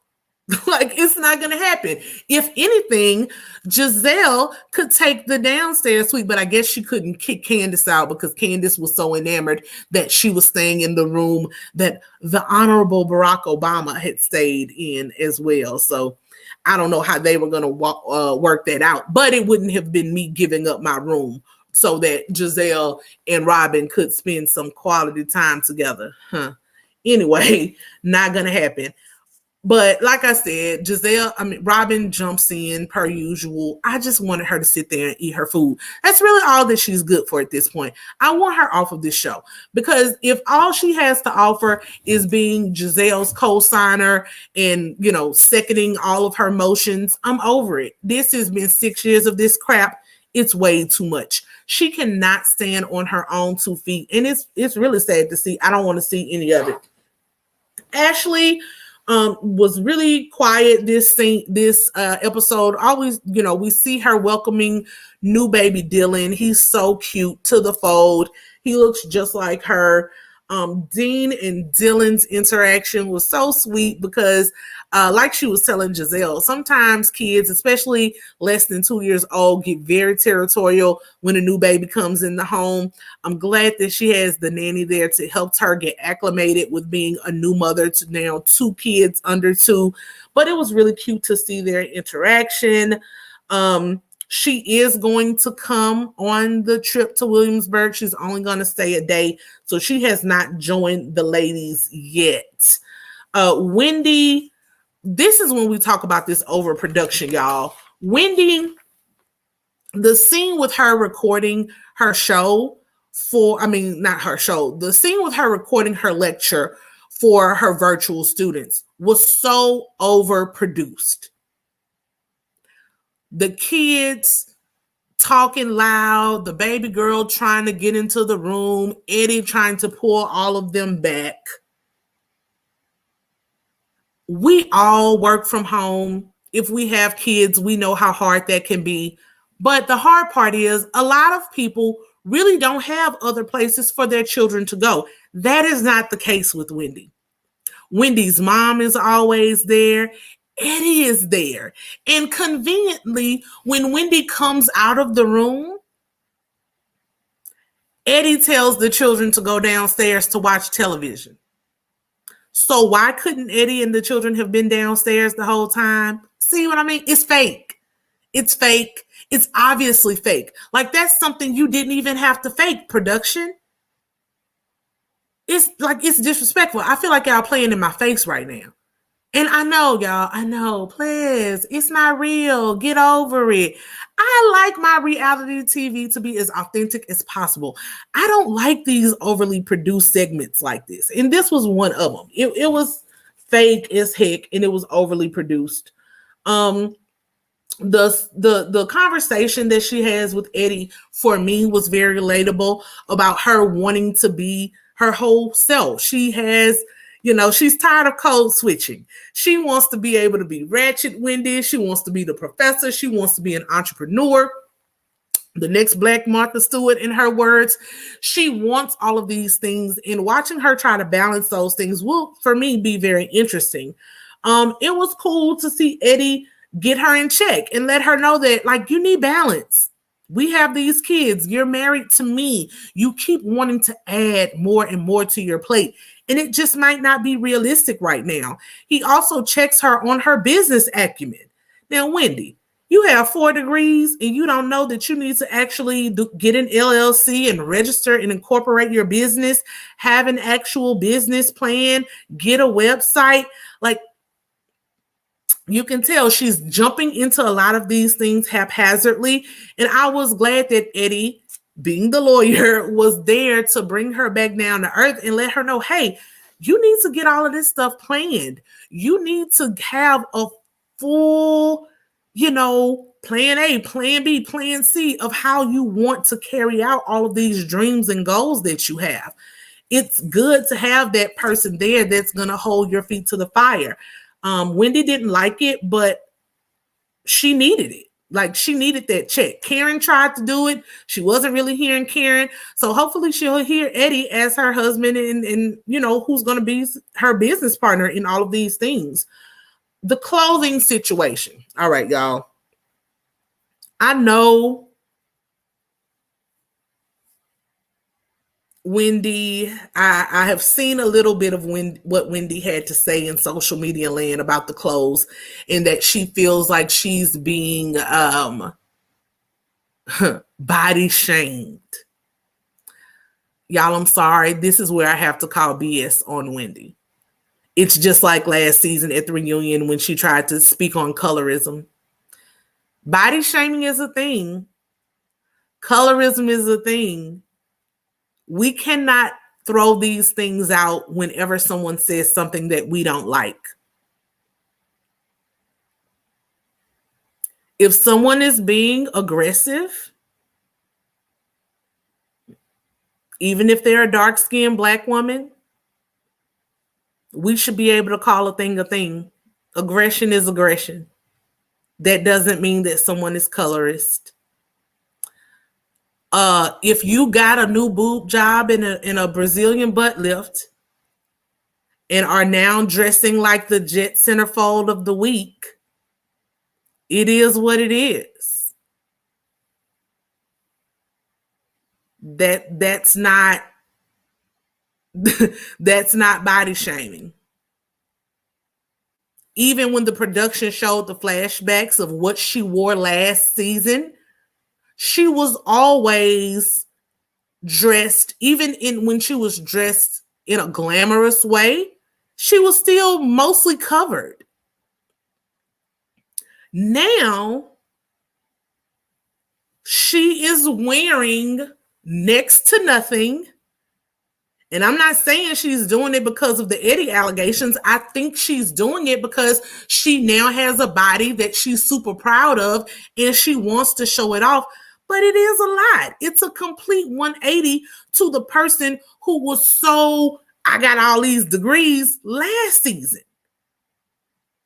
So last season, because you weren't that confident in your body, you sought your identity in your degrees. Now, the insecurity train has moved on to this new body that you're so proud of, but you really aren't confident in. That's what it's really about. But you want to show everybody that you're confident now and you have this new body. So you got to show off TNA everywhere you go. No. It's not what's up. I'm sorry. In my opinion, for a woman that's married with 3 young children, it's not a good look. More importantly, the outfits aren't cute. Like, there's a way you show off, but that thing on the bus, I guess that was a little nod to Aaliyah. It didn't look good on you, Wendy. The colors weren't popping on your skin. It didn't look good. It wasn't a nice outfit. And as much as I don't like Giselle and don't care for Robin, they're correct. You're acting like a whole new person because you got new body parts. It is what it is. Rhonda says they're called Happy and Ness. Okay, girl. Well, you call them on. You call on Happiness. Cassandra says she's not confident at all. She should have worked on the inside first. Absolutely. That's all that this is.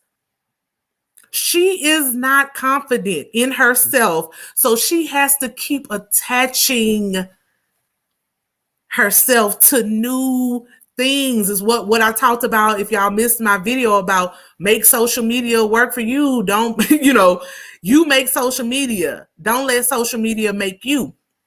She is putting her value in all things external. First, it was her intellect and her degrees. Now it's this new body.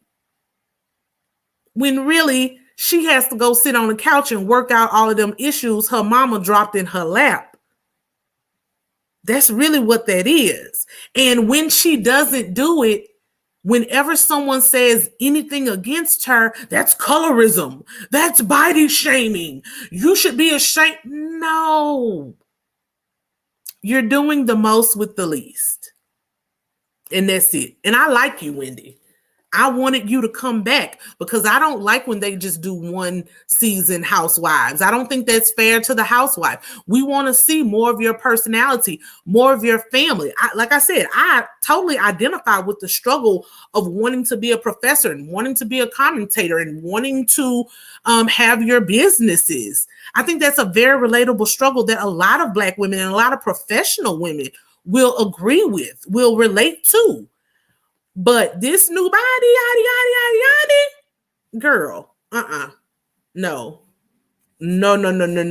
Just everything. The body, the braids hanging off of that, the silhouette challenge for the nude party, then hanging off of that stripper pole. That was so tragic, y'all. Mia, as I said before, we hear her talk about her family. She talks to her husband about it in their family interaction with the park. That family interaction was good, but again, very overproduced. I was glad that her oldest son was able to talk to her about her working too much. He was able to express his feelings on that. I hope she listens to him. When she talks about she wants to give her children things that she didn't have, that should not just be about money. You say you don't have a good relationship with your mother because she abandoned you. She was always in the streets on drugs. Although we want the best for our children and we work so much so that we can provide for our children, abandonment is abandonment.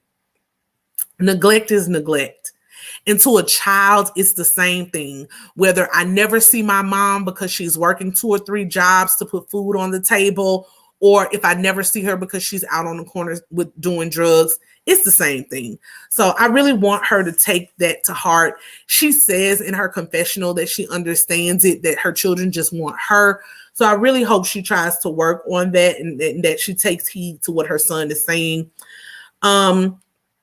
Mia's bad relationship with her mom. She wants her mom to try harder with her grandchildren. She's upset because the mom wouldn't show up to the picnic in the park. The mom is probably worried about these TV cameras, honey, and how she's going to be portrayed.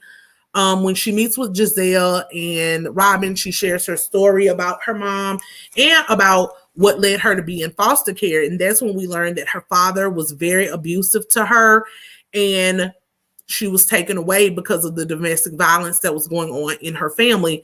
It's very ironic to me. It's not really ironic when you know the pathology of trauma and abuse, but when she says that her dad died, I guess one of the reasons she's heaping so much responsibility on her mom is because her dad is no longer there. However, I just found it interesting that she doesn't seem to talk down on her dad the same way she talks down on her mom.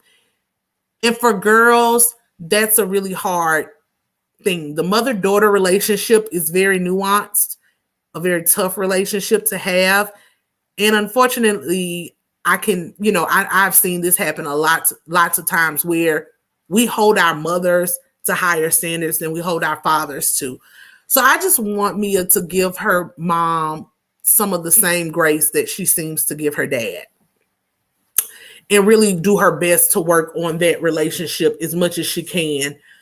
I've already talked about how I felt about her giving up her room. That was bananas to me.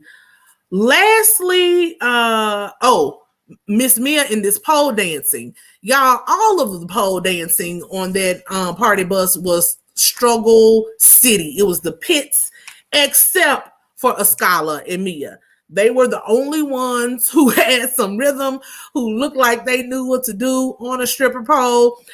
Mia, we know, has a little experience, although she keeps trying to deny it. We don't believe you, Mia. You need more people. She claims she's never been on a pole, but has lots of friends and has watched lots of times. So that's why she's so good at doing what she does. No. But I'll give you your props. You and the scholar worked the pole. Everybody else, tragic, very tragic. Karen, my girl, she's going to be leaving the trip to Williamsburg because she has to be sworn in as an ambassador of her hometown, Surrey. I like how she continues to ignore the ignorant. And if you don't know the ignorant, they are Giselle and Robin. She ignored their smart and smug comments when she got on the bus. She tried to ignore them sitting down at the dinner table, but she couldn't, and we'll get to that in a minute. She's very mature. She wishes Mia well when Mia tells them that she went to lunch with Giselle and Robin. She wishes her well in getting to know Giselle and Robin. But of course, when Robin says, "I'm kicking you out of your room," Karen was right there to jump in, honey. You gonna let them do that? I mean, within 5 minutes, they have kicked you out of the friend group. Absolutely. I was happy that she did that. She invites Wendy this year to her hometown with her. She invites Wendy and Mia. Last year, Giselle and Ashley went. We see Giselle clowning this lady's hometown. Yes, again, that lady's so miserable. It's horrible. She must be mad because somebody in New Orleans, can y'all call Giselle? It maybe whenever Mardi Gras gets started again, Femme Fatale. Y'all don't know about New Orleans and Mardi Gras. There are lots of all women crews. Recently, I think since 2017, 2016, don't make me lie. In the last 5 years or so, there has been an mostly predominantly Black female Mardi Gras crew started called Femme Fatale. And a lot of times they will have celebrities, people be the head, marshals of the Mardi Gras parade. Film Patel, can y'all call Giselle, please? Somebody give Giselle something from New Orleans to make her feel special. Because she's mad because no one has asked her to be the ambassador of anything. She lost that first lady crown and, she doesn't know what to do with it. She doesn't feel special anymore. So anybody who's watching from New Orleans, if you all have some ties, whenever Mardi Gras gets rolling, 2022, 2023, y'all get the good folks at Zulu or at Film Fatale to give Giselle a little vanity position so that, she can... Roni says Jizzy barely claims Nola. Well, girl, she would want to claim somebody. LA says, whatever happened to her makeup line? Girl, you know what happened to it? It's in the trash. Actually, it went bankrupt. So sometimes when things are bankrupted and liquidated like that, you might see Everhue Beauty show up at Dollar Tree somewhere because that happens a lot of times when things get discontinued. Dollar Tree will buy it for pennies on a dollar, honey. That might help her in some of her bankruptcy. So hopefully that happens. But other than that, it's gone. Giselle wants an apology. That's the last scene that we see. Giselle wants this trip to go, she wants it to go off smoothly. She wants the ladies to have fun. And so she starts fishing for an apology. Karen says, are you talking to me? And Giselle says, yes, she wants an apology from Karen for lying on her and lying on her family. Karen respectfully says, if Giselle really wanted to end this, she would have a one-on-one conversation with me, a woman-to-woman conversation. And she's not giving Giselle any apology until Giselle gives her some accountability. Robin, of course, jumps in with her pit bull antics and says that the 4-year thing with Ray is some BS. Giselle didn't mean it like that. And that it's just another thing that Karen wants to hold over Giselle's head. If Giselle can bring up stuff from the past, Karen can bring up stuff from the past. I don't know why they think Giselle is exempt from these things. However, Giselle refuses to do what she should do. She refuses to have a one-on-one conversation. She said she shouldn't have a one-on-one conversation when Karen aired her business to the world in the reunion.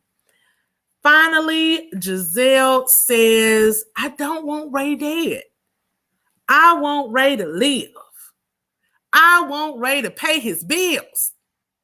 So see again, Giselle gets to go to the past 2 or 3 years ago when Ray had this tax bill issue with his business that has nothing to do with Karen.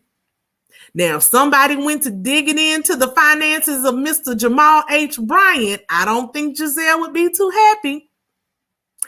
I don't know if anybody wants to go dig into the finances of the failed Everhue Beauty.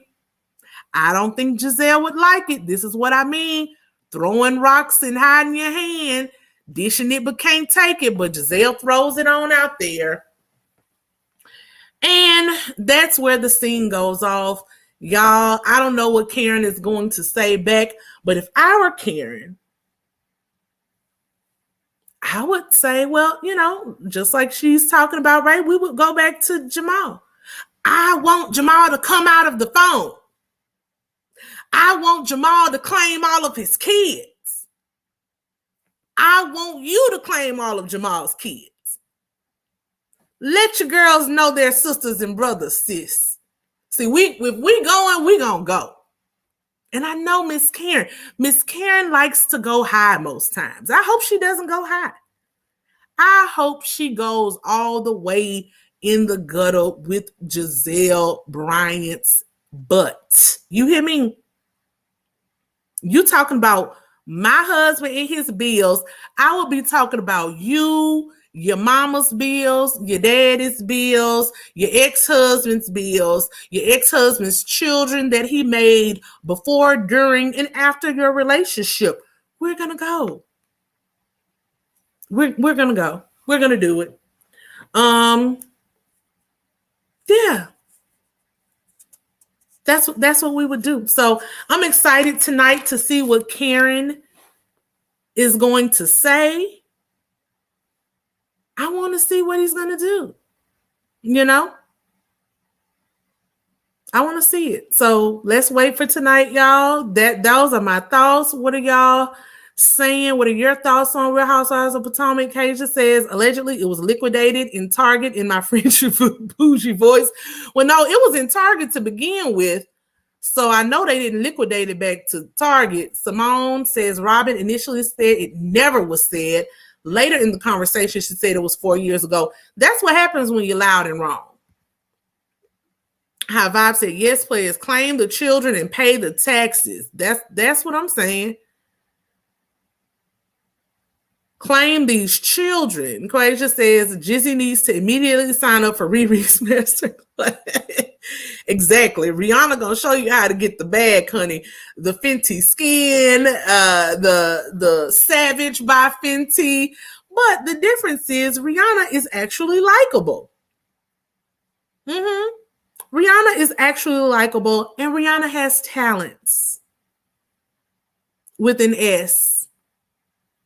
Giselle relies on her beauty that, although she said Ray would be in the ground before this fades, I don't know if she's looked back at some of those flashbacks from a few seasons ago, but it's already starting to fade from where it was 4 or 5 years ago.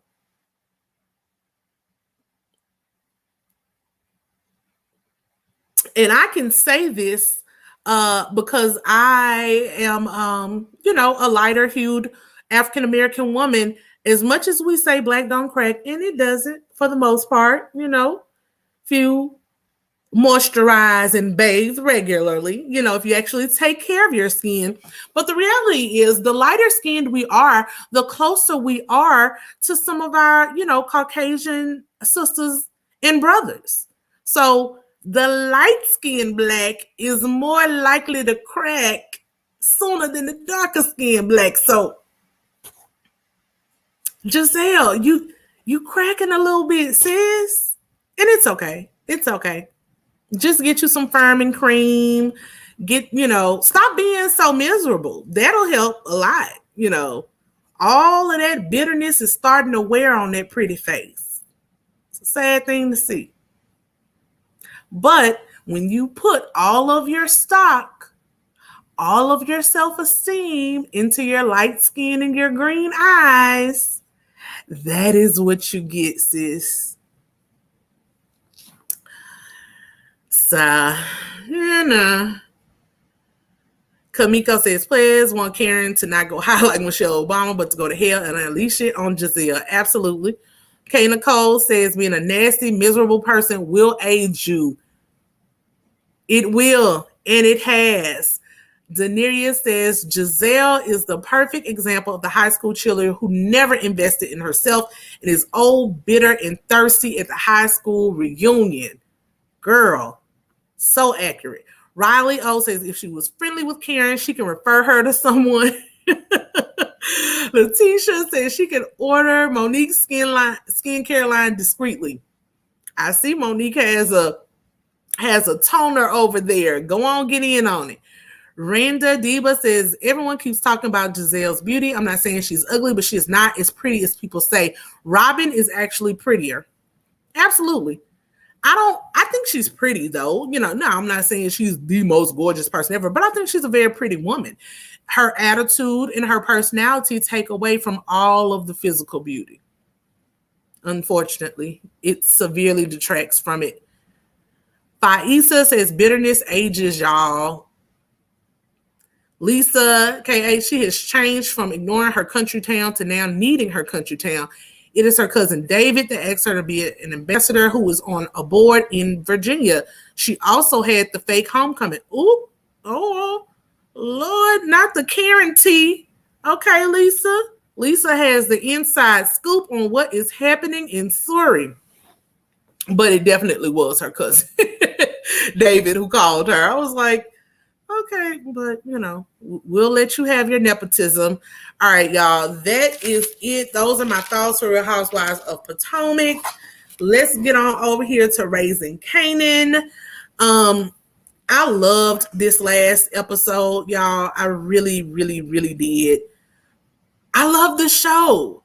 I love it. I think 50 and Courtney Kemp and all of the other writers and executive producers are doing a really good job with this episode. One thing that I saw on the Shade Room is 50 being the messy man that he is, trying to pit Black female actresses against each other, which was a horrible thing to do, but 50 is all about marketing and production and being provocative. It gets the people going. I really wish he would find a better way to do and sell his products other than controversy, but it's what he loves to do. So this gorgeous woman right here, Patina Miller is her real name. She plays RHOP Thomas, which is Kanan's mom on the show. And, 50 was trying to compare her and her character against Taraji Henson's character with Empire, Cookie Miller, and say that Rock would, slay Cookie in the acting department and that her character is putting Cookie Miller's character to shame. Patina stepped in and was like, nope, we're not going to do that. We are two great Black women. We're two great actresses, and both characters were great characters. Please do not pit them against each other. 50, gets mad basically online at Rock for saying that and saying, we're not doing this Black women power thing right now. It's about the show. And it's like, nah, she put him in his place as she should. There is space for everything. And the thing is, Empire has been canceled. If you're going to compare her to somebody, I don't watch The Chi, but I think that would be the only thing that's kind of going on right now that you could compare Raising Kanan to. Empire is gone. So why are you still trying to bring up old stuff and pit these women against each other? So I'm not talking about the episode that came on today, y'all, or 12 o'clock last night, because I want people to get a chance to watch it. This is actually episode 4. It starts off where, we left last episode where Rock has gotten the information on the competitor, her main competing drug dealer in the town, Unique or Neat, where his drop is going to be. She gave that to Omar Epps' character, Detective Howard, and they are busted. The drop is busted and captured by the police. So Neek is chasing one of his homeboys. His name was Trez G, and his homeboy was the one who was supposed to be the lookout in the drug drop, right? He's the lookout. If you saw last episode, he was getting high. He was smoking crack while everything was going on. And he finally does spot the stakeout van, but he spots it too late. And the drugs were captured. Neek is not having it, not letting him off the hook. They're chasing him down. They finally get him and capture him, and they torture him. Pull his ear off with a wrench. Trez G is pleading his case, begging Neek to show some mercy on him. They grew up together. They grew up in the projects together. Their apartments were on the same floor. They were homeboys. They played baseball together as kids. And he loves Neek. He's not the same person that he is when he's on drugs. And Neek is like, I love you too. Neek shoots him in the head. It was very Nino Brown G Money steez. It was very reminiscent of that scene in New Jack City. And 50, who is narrating this part, talks about how Trez G did not think that Neek would ever do something to anything like them. To him, he would bet on it. He would sleep on it. And one quote that he said, which is absolutely true, is that sleep is the cousin of death. although we need sleep, sleep is a very vulnerable time for all humans because you're not, you're not up, you're not aware, you're not awake. You're vulnerable to whatever threats there are around you. And unfortunately, Trez G got on drugs and was sleeping on Neek and got offed. Next, we see more of this Oedipus complex that they are developing and the jealousy between RHOP and Kanan when RHOP comes home late for her traditional weekly dinner with Kanan. They have a Tuesday night standing dinner date between mother and son. She comes in late and says that she forgot about that night because she was out with Symphony. Symphony is there with her. Symphony tries to smooth it over, says that they're still hungry. They're ready for the spaghetti that Kanan has made for him and his mother. He pulls up an extra seat, extra place setting, and they all eat together. Symphony consistently tries to apologize to Kanan, saying that he didn't know that this was their standing dinner date and that now that he knows, he will never violate that night again. Kanan is like, that's cool, but she knows. So Kanan puts it back on his mother. He is angry at his mama. He's not letting her make it. Next, we see Nicole, the little white girl that right here, that Jukebox is in a budding relationship with. Nicole's parents almost catch her and Jukebox, whose real name is Laverne, in a compromising situation, but they jump up off of the bed and cut on the demo tape that they made at the mall. The parents are really in awe of Jukebox's singing. They love to see it and hear it, and the dad starts trying to be cool and speaking slang, and he starts cursing. The mother is like, please don't curse around our company, and he's like, oh, she's heard worse. Very stereotypical, very cringe, but that's how a lot of rich white people are. Let's just be honest. He was trying to talk his sister girl slang and trying to make Jukebox feel at home in their house. Jukebox says, oh, your parents are really dope. They're really cool. Nicole says they're cool about some things, meaning maybe racism and, being friends with other races. They're not cool about other things, meaning her sexuality. So the next scene, we see Uncle Marvin. This is Uncle Marvin, y'all. Uncle Marvin is so fine. I like Uncle Marvin. I actually like both of the uncles, but I really like Marvin. Marvin is the uncle that is always getting everybody in trouble. He is in the bed getting it in with the white chick from the club whose name is Tony. Once they finish, she offers him some coke. He declines it. She takes offense to it. She then tries to snuggle up with him. She wants to cuddle. Marvin is like, what are you doing? I don't do that. I don't let people get close to me. She takes offense to that as well. He gets up. He's done what he needs to do. He has gotten his itch scratched, so he's not feeling Tony anymore. He gave her this dog the last episode, and he realizes that she's not feeding the dog. He's not there for that. He's not there for her. He lets her know we come from two different sides of life. I grew up in the projects in the hood. You grew up wherever you grew up in West Manhattan, whatever you were doing in these high rises. We are not the same. I don't cuddle. We are not in a relationship. She's like, I don't want this to end. He's like, nothing is ending because nothing ever started. I smashed you. That's it. You're not feeding my dog. I'm taking the dog back. He's not going to sit here and starve. So they leave on that note. Next, we go back to Neek. Neek cannot get a re-up from the Connect because this is the second time that some of his distributors have been caught. Rock's Corner Boys got caught, and now Neek has gotten caught with the drop. So Dean, the Connect, is like, I'm not dealing with any of y'all right now.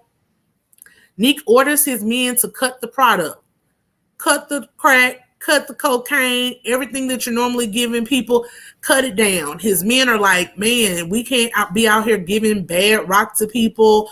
Our reputation is going to be killed on the street. Neek doesn't care. He's like, when we get back on the good side with Dean, we can double down on the rocks, make it, this super high, which means people are going to be overdosing in these streets. But right now, they have to cut the product because they need to stretch their product as much as they can to keep themselves employed and out on the corners. He warns them that if they don't do what he says, and if they question his judgment, because one of the workers questioned his judgment with Officer Howard, that he will kill them. They will end up like Trez G. He smells that RHOP is the reason his re-up got confiscated by the police, and he is going back at RHOP hard. He doesn't know if he's going to do a shot to the body or a shot to the head, but he is developing a plan to get back at RHOP. Next, we see RHOP confronting Kanan while he's washing dishes about his interaction with Symphony. She then says that Dr. West has called from the high school. Kanan's grades are slipping. He is out of the business. She's taking him out of the stash house. He's going to an after-school class and a class that meets every other Saturday at the community college. Kanan is upset. He's not here for it. He wants to be in the family business.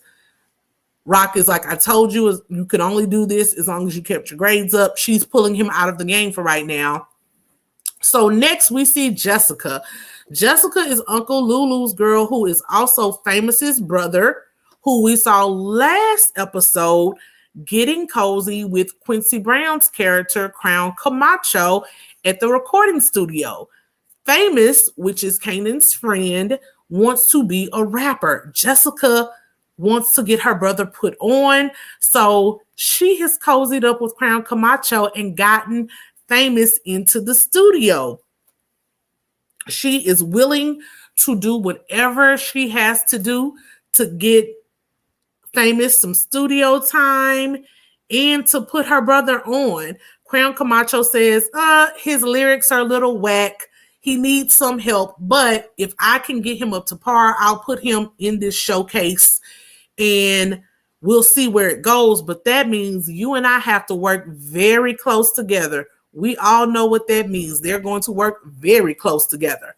Well, while they're up hugging and celebrating their new agreements, Uncle Lulu, who is Jessica's boyfriend or whatever they're doing, comes in and sees Jessica there. He comes in to bring Crown Camacho his weekly or however much, stash of coke that he needs. He throws it to him and calls Jessica outside to talk. Like, why are you here with him? Jessica is like, look, I know I talked to you about getting into music and following your dreams. I want you to do that. I just can't wait for it. And I can't force you to do it. I can't help you do it. I have to make things work for me and my brother right now, and I'm doing it the best way I know how. Lulu isn't happy with it, kisses her and sends her back into the studio. We'll see how that goes. Like I told y'all last week, I see a lot of foreshadowing in this in this series. I don't think things are going to end well with Crown Camacho and Jessica. And this show shows you a lot about how women and male interactions fuel this underbelly of the street world in the drug game. Like, Lulu is going to likely end up offing one of his best customers because his girlfriend chooses to sleep with him to get his brother some studio time. Drama, honey. Rock, we see her go back to the bodega where she is taking over the back room of the bodega to move the stash house. She orders her brother Marvin to move the stash. The owner wants to know exactly how much drugs, how much money she's bringing into his bodega. She's like, that's none of your business. I'm giving you this money that we agreed to. Anything else is my business. You can tell that the bodega owner's wife is a victim of domestic violence and that she secretly really likes how Rock cusses her husband out and stands up to her husband. She wants to be a powerful woman like Rock, but she's stuck under the foot of her husband. it's going to be interesting to see how that goes and see if this woman actually bosses up against her own husband. I hope she does and gets out of the obviously abusive relationship that she's in. Next, we see Kanan walking Davina home. He tells her about Symphony and how his mom missed his date night and then ended up bringing Symphony in. Davina, encourages him to let his mom be happy, which was a good conversation that he needed to hear. Next, we see Neek. Neek is stalking Davina and Kanan and sees them kissing. Neek approaches Davina, wants to know how she's doing, lets her know that her mom is on drugs and that he has had success in the past by getting people into rehab. He tells Davina that he'll work and get her mom into rehab if she tells him what she knows about Kanan and the Thomas family. Davina's like, I don't know anything. Kanan doesn't know anything. He's not in the game. He's not involved. And of course, Neek uses what he knows about Kanan and D Wiz allegedly shooting Davina's old boyfriend Buck 20, and also really lays it on thick about Davina's mom and getting her mom into rehab. So this is, where we see Kanan's mistakes come back to bite him when he ran out of the stash house that day to speak to Davina. The wiles of a woman when a man wants one. He has exposed the family now. He has exposed where the stash house is. And Davina tells Neek, I'll tell you the little bit that I know, but Kanan can't be hurt. So she then goes on, because Neek is promising he'll help get her mom into rehab, to tell Neek where the Thomas's stash house is. This leads to a whole mess of everything for Kanan and the Thomas family, because then, of course, we'll see later on how that comes back to, bite them in the foot. Famous runs to the place where they hang out and play video games. He brags to Kanan and Jukebox about the studio time that he's getting in the showcase that he's going to be on through Crown Camacho. This sends Jukebox into a tizzy. She's very upset. She runs out, leaves them behind, because she's been working, stealing clothes, boosting, and doing all of this stuff to save up money for her own studio time. She has a gorgeous voice. She can really sing, but her brother, her dad, which is Marvin, isn't giving her any money. And so she wants to be able to make it on her own and get the money to get into the music industry on her own. We see Marvin go to the dude who was supposed to be over the stash house, Scrappy, to his house to get him to come help move the stash. Dude opens up the door, says he has the stomach flu, diarrhea, or something. He's not coming. That was very interesting to me, because I thought in these types of relationships that you couldn't really tell your drug dealing boss that, that you have diarrhea and you're not going to help move the stash. But dude was like, I'm sick. I'm not going. Find somebody else. It is what it is. So this leaves Marvin to have to find somebody else. So who does Marvin go to find? None other than his nephew, Kanan. Kanan doesn't want to go with Marvin. He says, my mom says the stash house is off limits to me. I'm out of the game. I have a class that I have to go to tonight. Marvin assures him that he'll be back in time to go to class. He won't get in any trouble because RHOP won't know. Marvin really bothers this with me. I hate when aunts and uncles, encourage their nephews to lie to their parents. But we see that this has already started last week when Marvin gave Kanan his first, round of cocaine to actually sell. So that slippery slope just keeps getting more slippery. Jukebox, not Jukebox. Rock then goes to the building superintendent, again, a lot of this is given very New Jack City, but with a woman in charge. I'm here for it because I love New Jack City. RHOP goes to this building superintendent. She doesn't kill the building superintendent. She doesn't make the building superintendent strip down naked and hold a gun to his head as Nino Brown did. But she goes with a softer hand with money. She goes to bribe the building superintendent to give her 2 apartment units. She needs she needs 2 units, one directly on top of the other. And at first he's like, no, we're full. I can't put anybody out. Rock is like, we'll give them some, relocation money or whatever. She greases palms. I like Rock. But he keeps saying no. She's like, cool, I'll go to the projects across the street and maybe I'll have more, better luck with him. So greed takes over the building superintendent. He agrees to give her the 2 units. She walks out. Jukebox shows up to confront Uncle Lulu at the diner about Jessica getting studio time for Famous. Lulu's like, Jessica did that for her brother. I didn't do that. And Jukebox is like, well, Crown Camacho too. You could do that for me. All you have to do is call in a favor.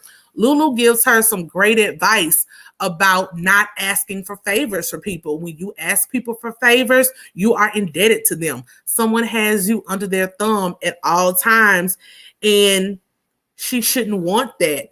Jukebox agrees. It's one of the reasons why she doesn't ask her father for anything. Lulu also says he can't just give her the money because Marvin would flip out. Marvin is very much a we did it, we got it out of the mud type person. Our kids have to do that as well. So he won't just give her the money, but he does make sure that she eats. He makes sure that she's taken care of. She runs out. We see that she runs out to go pull off another boosting situation. She calls her crew so they can go steal from the docks again.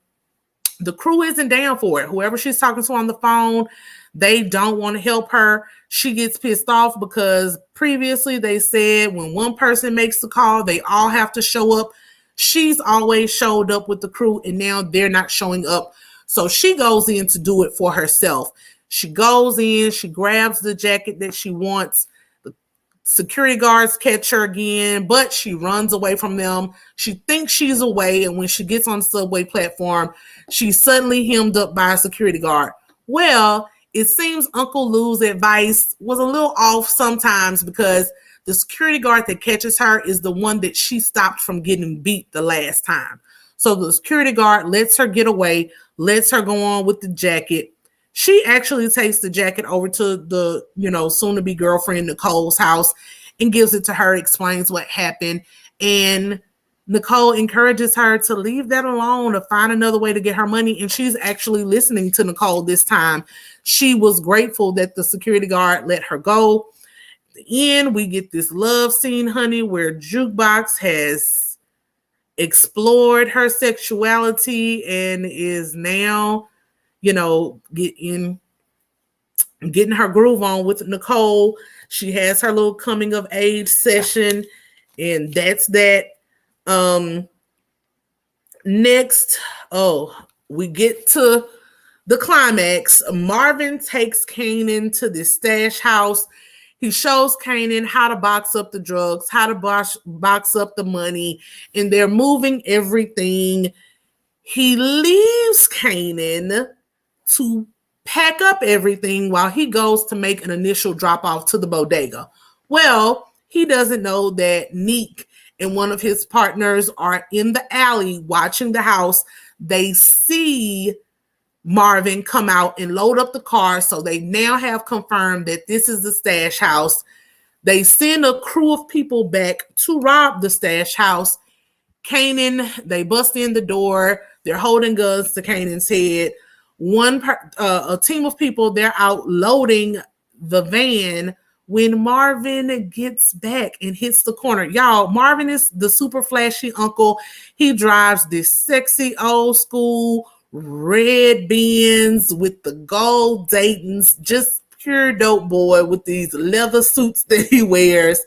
He sees what's going on. He's pissed. He drives this gorgeous red Benz into the back of the van, tries to run over and kill the people who are robbing the stash house. The person that's driving, feels the impact of the crash. They drive off with the drugs and the money that they have already. He goes into the house. The guy's there holding the gun to Kanan's head, threatens to kill him. Marvin distracts him, shoots him. The guy's mask comes off, ski mask comes off. He sees that it's one of Neek's guys, one of Neek's workers. He shoots him again. He's in such close proximity to Kanan. All of the blood spatter and stuff goes on Kanan. Kanan throws up. He's clearly not ready for the life or the game. And then Kanan is like, you might as well have let them kill me. My mom is going to kill me when she finds out I was here. Marvin's like, your mom's not going to find out. Hurry up, go home so you can get to your class. Kanan runs in the house. His mom is like, you're late. He tries to hurry up and change to get ready for the class. He's not good at hiding or anything yet, so he takes off his bloody shirt and throws it under his bed. His mom drives him to the after-school class. We find out that it is Symphony's class at the community college. And RHOP gets home and decides that she's going to do the laundry that she says, she had told Symphony in the dinner scene that she's taught Kanan how to cook for himself, how to make groceries, how to, be able to live in this world by himself. The one thing that he struggles with is doing his own laundry. So RHOP goes in to do his laundry, and she's picking up all of his clothes that are thrown all over the room. She looks under the bed and finds the bloody shirt. And that is the cliffhanger that they leave us for next episode. RHOP finds the bloody shirt, and I wonder if she's going to confront Kanan about it, or if she thinks now that her son has killed someone, although he hasn't. It's, the guy's blood that Uncle Marvin took out. So, y'all, I really liked this episode. Lots of good things, lots of good storylines. I like seeing all of them come to age. I know a lot of people were like, why would we go through Kanan's story when Kanan was killed off of the original, Power series? But I am really, liking all of the actors, the actresses. I think it's pretty good writing. One thing that I feel Power struggles with in general to me is writing that is kind of predictable. So I personally think I see where a lot of these storylines are going to end up going, but I am still enjoying the acting and enjoying seeing them roll out. So let's see if y'all are liking it too. Pretty Mrs. G says, let's not forget that Marvin is only one step above Corner Boy. Absolutely. Daderia Adams says, yes, New York City in the 90s. He is definitely one step above Corner Boy. Daenerys says she's going to give her Pooh Nanny, and Famous is going to flop in the showcase. Look, absolutely. Kay Nicole says, I think the wife will boss up and kill him. Oh, okay. For the bodega owner's wife, I can see that happening because you can tell she is being empowered by how Rock is speaking to these men. The other episode when Lulu let the bodega owner know, I don't know why you're talking to me. She's the one in charge. The wife was like, she's the one in charge. The wife really liked that. So I think she's going to get empowered by all of this. Kasia says, I think Rock will eventually let Kanan know she saw the shirt, but I think she will send more time for damage control to protect him. Okay. Daenerys says, all I was thinking was why in the world would Marvin drive that car to switch stashes? Because Marvin doesn't think. That is it. Riley O says this is a great cast, but the writing could be much better. I agree, Riley. I think it's very predictable. Like I said, they've taken a lot from pre-existing drug shows. I see a lot of New Jack City in this. I see a lot of The Wire in this. And it could be that that's just because this is how the game is. But,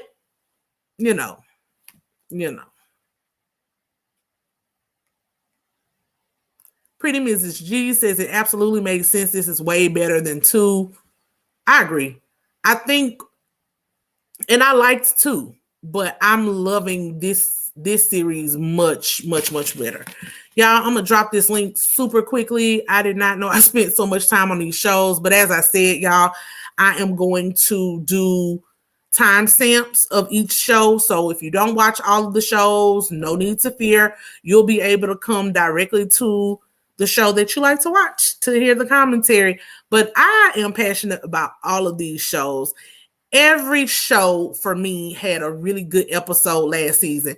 Real Housewives of Potomac is what it is, but Love and Marriage Huntsville, Family or Fiance, like these were really good episodes this season. I mean, this week. Even Put a Ring on It. It was a really good episode, and I hope people got what they needed to get out of it, because some of these relationships are just, but it's real life. A lot of us go through these things. Well, a lot of us have gone through these things. I know I have. I'm sitting up here now giving my commentary, and this is what I wish someone could have told me when I was 23 going through it, when I was 27 going through it. So I hope people really watch this stuff and learn from it. You don't have to, we do learn by going through things on our own, but you don't have to go through things on your own all the time. Sometimes you can learn from example. For example, drugs. I saw enough crackheads in my little town growing up to where I knew I didn't want to be that. So I've never tried those things. You can do the same thing in a relationship. The trauma patterns, especially for domestic violence, usually people who watch domestic violence either repeat the same pattern or I will not be that person. But for a lot of people, it's easy to fall back into that pattern, especially when you're young and you don't know anything different. So if there's some young people watching, y'all, watch these shows. Take heed to it. It is entertainment, but it's also a lesson to be learned at every turn. Don't be a Kai.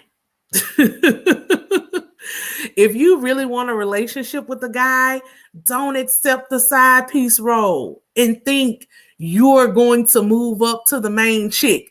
Because most of the times you don't even want to be the main chick, because once you're the main chick, your side piece role is now open. Do what you got to do.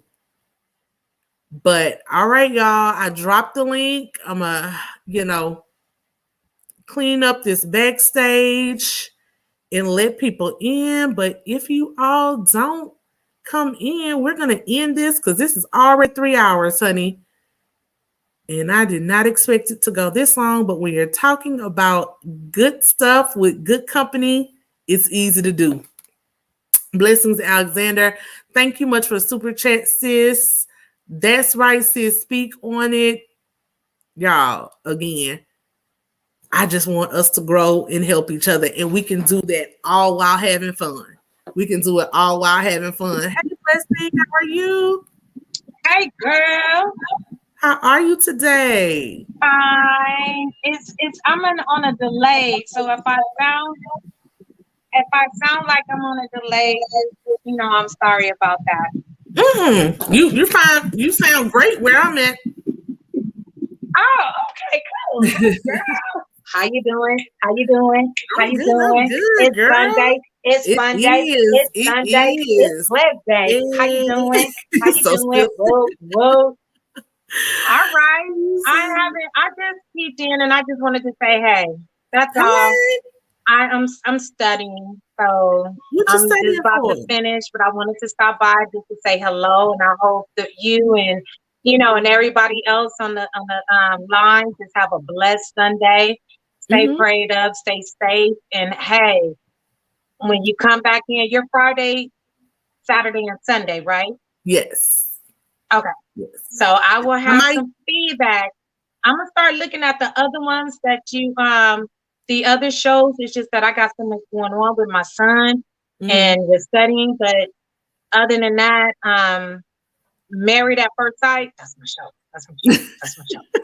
Yes, I did that. I do Married at First Sight on Saturdays. So go watch the replay. I did that one yesterday. Yeah, I saw it. I chimed in. I can be in with you.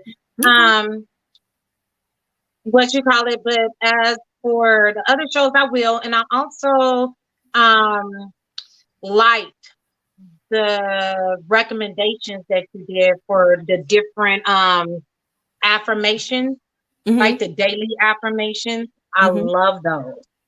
So, and that really resonated with my spirit. So thank you. I do appreciate it.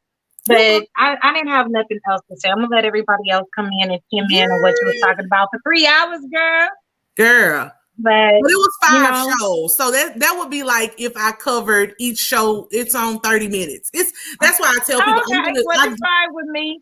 Yeah, and that's why I always tell people I'm gonna do the timestamps. I just don't. I don't have it in me to do, even if you don't go live, if you do an edited 30-minute review or something, that all of that's time consuming. So I just want to get on here on Sundays, run through them, and I'm going to give my audience the timestamps because I understand. I don't want to sit through 3 hours either.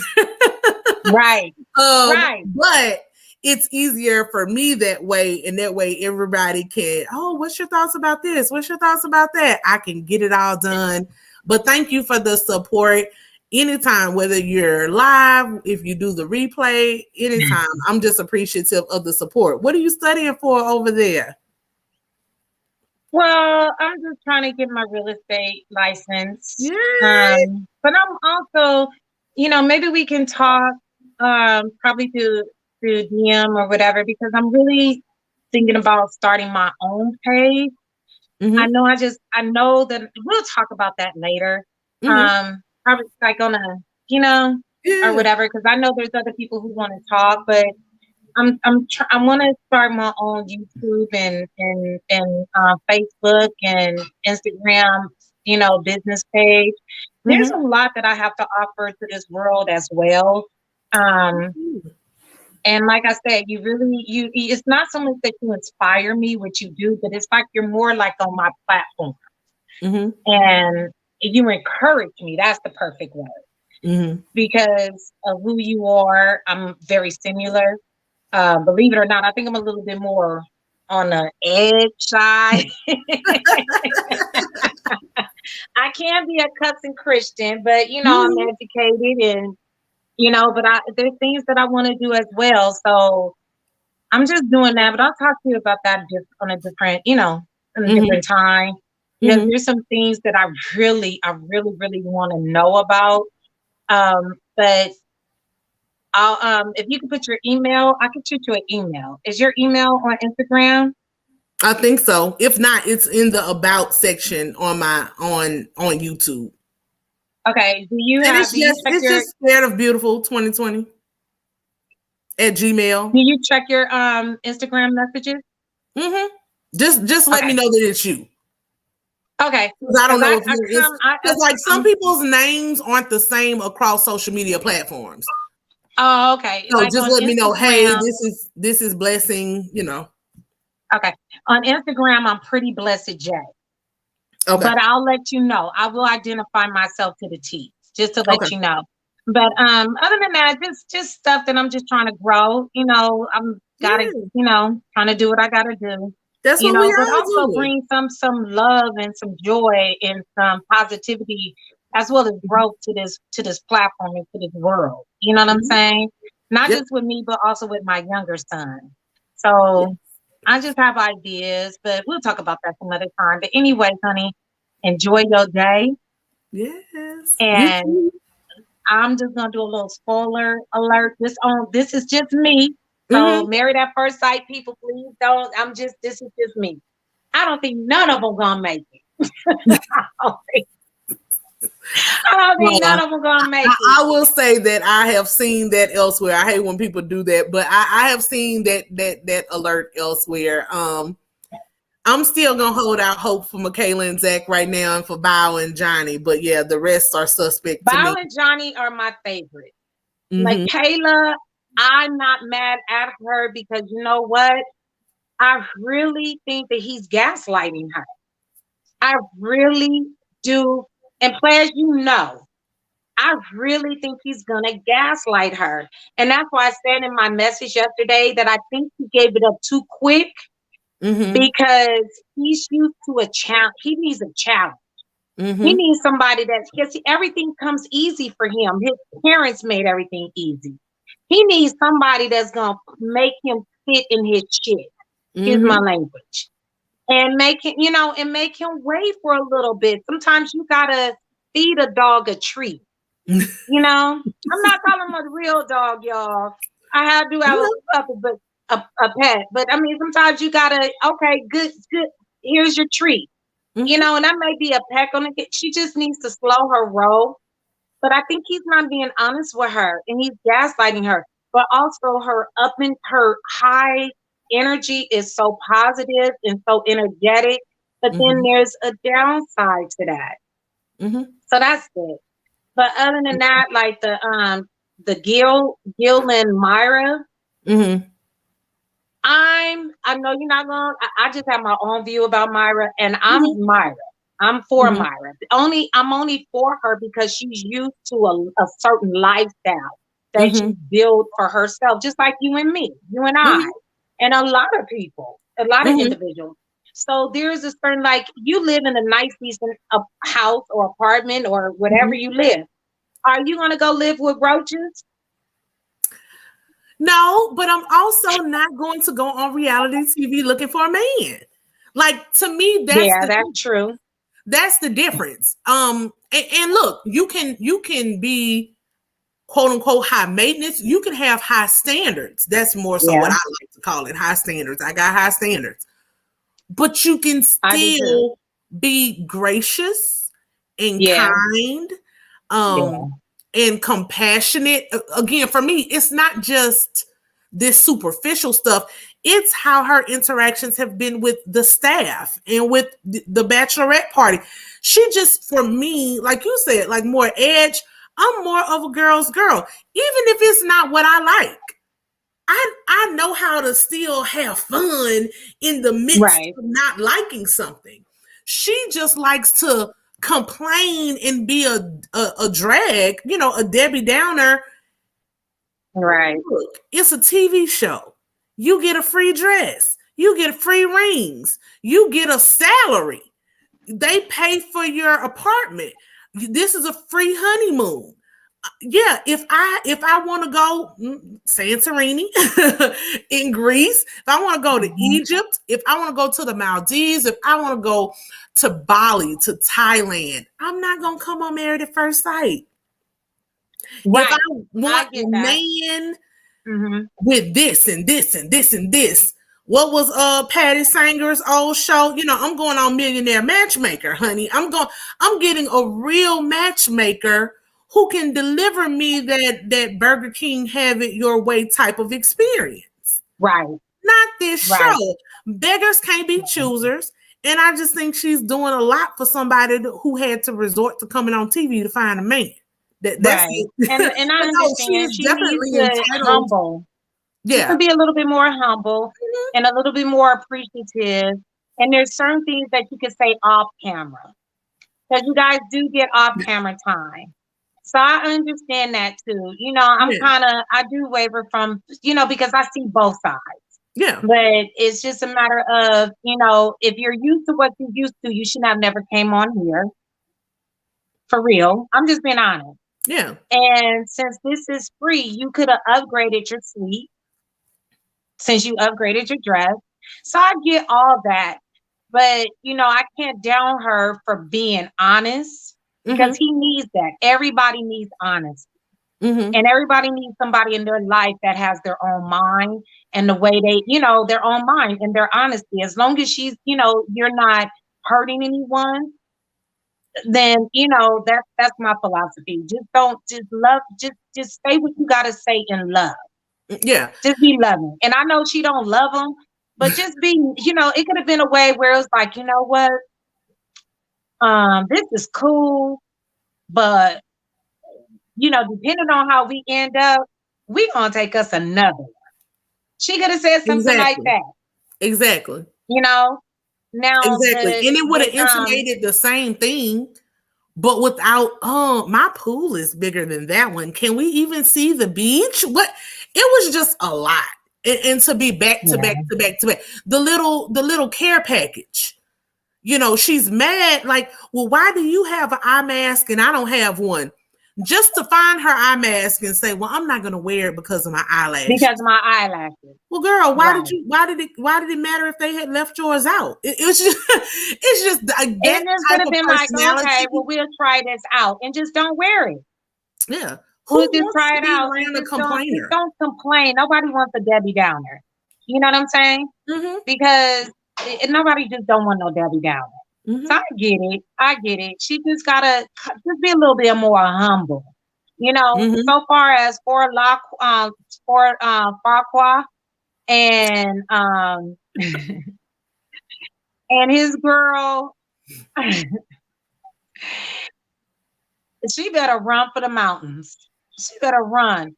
And the only reason why is because I think he's ready. He's already financially suited for a husband.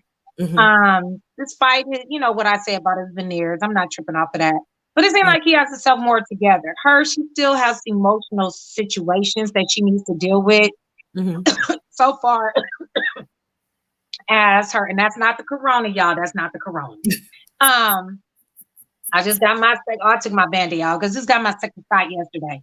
But she needs to get away from toxic behavior. Mm-hmm. And that's kind of including her friends. Because they don't need to talk about her dirty car or how messy she keeps her house. Mm-hmm. Things like that, that's something she needs to tell him. Mm-hmm. All they therefore is to support her in the progress in the most positive, loving way that they can. And that's why she said mental note, because everybody says something negative about her. Mm-hmm. And it's always, oh, you're cute, but your smile look crooked. We can't do that, you know? Yeah. But they may work out. I don't know. We'll see. But I'm for Johnny and Bao. I'm for them, and I really do hope they do. Okay. You know, everybody else, the redhead girl and her dude, she needs to run. She needs to take those sneakers and run for the hills, because he's not for it. He's not there. Zach needs to go home to mom, because that's where he's comfortable, until he finds him a woman that's not clingy, that's not that's more independent, emotionally, mentally independent, and stern. You know, who's gonna make him sit in his shit, you know, and earn her trust, earn the responsibility of being her man, you know. And I think that's what he basically needs. That's just my opinion. But I just think that he needs a woman that's not going to give it up on the first day. Because what women, and this is for all women, this is some really good advice, and then I'm about to tell you, and then I'll get off. Well, what women need to understand is that giving up the cookie is fine if that's what you want, if that's what you're going out for. But you got to keep in mind, if that man does not love you, he's not going. There's a 98% chance that he will not treat you the way you want him to, because he doesn't love you. He's not going to care about your feelings. He's not going to care about your emotions. He's not going to care if he called you the next day. He's not going to care about things that you want him to care about. And that's not all situations, but that's a lot of situations. We always want people to love us, because you have friends, Plez, and you have friends that love the hell out of you, and they care about your feelings, male and female. So at the end of the day, that's how we want our spouse to be. We want our spouse to love us enough to care about us the next day that we allow them into our dome. You know, we want them to. Because if we don't, if that man does not love you to the fullest, if he does not love you at all, he just like you, honey, they like a whole lot of women. A whole lot of women. So that would be my only, you know, advice to Michaela. You gotta allow a man to love you. And even though you married him, you don't know him, and he didn't know you. And he didn't take it serious. Just like you didn't take it as serious. Because if you did, you went and let him into your dome. That's your beauty. That's your livelihood. That brings spirit, soul ties. Mm-hmm. You don't want that. If that man does not love you, you don't want those type of soul ties. You know? Yeah. So that's just my advice. Sorry to get too deep. That's but okay, hey, girl. Life is good. What lipstick is for today? What we rocking, girl? Oh, girl, this is Murder. Murder Matte. It's I love this. It's a deep blood red from the crayon case. So it's okay, and it's from Mac. Put that on. The crayon case. Oh, okay. Murder Matte. What's your lip liner? You have a lip liner with it? No. That's what I love about these liquid matte lipsticks. Most of the doe foot applicators that come along with it, they make it really easy for me to just paint and outline my lips, and then I go in and fill it in with the actual color. But yeah, it's a matte liquid matte lipstick with the crayon case. But it looks good. It makes your teeth look bright white. Girl, you're gonna look like Jose now. In a minute, girl. You're gonna look like Jose. Girl, not Jose. With that beautiful smile. All right. But hey, keep shining. It's your time. Keep shining. Thank you. You too. Go on and kick that real estate exams butt. We'll be rooting for you. We know you're gonna do well. You'll continue to see me. Yes. And then I'll hit you up in your DM on Instagram, because this is some questions I just have to ask you if you don't mind. Okay? No problem. All right. All right, honey. You guys have a good one. You too. Peace, joy, love, and happiness. Yes, you too. Bye-bye. All right. Hey, Lisa Brown, how are you today? Oh, are you stuck? I'm fine. Yeah. I'm good. I can see your picture. Yeah. Hold on, let me take you out and bring you in. Because I saw your picture back here, but it looks like you're frozen a little bit. Let me see if you come back in. This 50 girl says, speaking of the crayon case, are you watching Super's best friend, Jessica Judy, the real BB Judy in the Brad show? I actually am, this 504 girl, but girl, I was so thrown off these first couple of episodes. BB Judy and the Brad look like sisters. Literally. So it's very weird and creepy to me to see them in this relationship. They look like they could have the same mama and the same daddy. But I'm watching their show. It's very interesting. I'm not going to be doing any reviews on it, but it's an interesting show. Brett so far is very clingy, very needy. So that's a lot to see. But it's interesting to watch their show. I watch a lot of the stuff on WeTV. I watch Love and Growing Up Hip Hop and Love After Lockup, all of that kind of stuff. I'm interested to see their new spinoff, Life After Lockup. So we'll see how that goes. But I definitely know them. This 50 girl said Jessica used to do my hair when she had Rojays. Okay. Is she a good hairstylist? Randa Diva says, I have that same lip color by them. The color is very saturated. It is. It's one of my favorite colors from her. Lisa, I think you're stuck again. Let's see. Yeah, you're stuck, sis.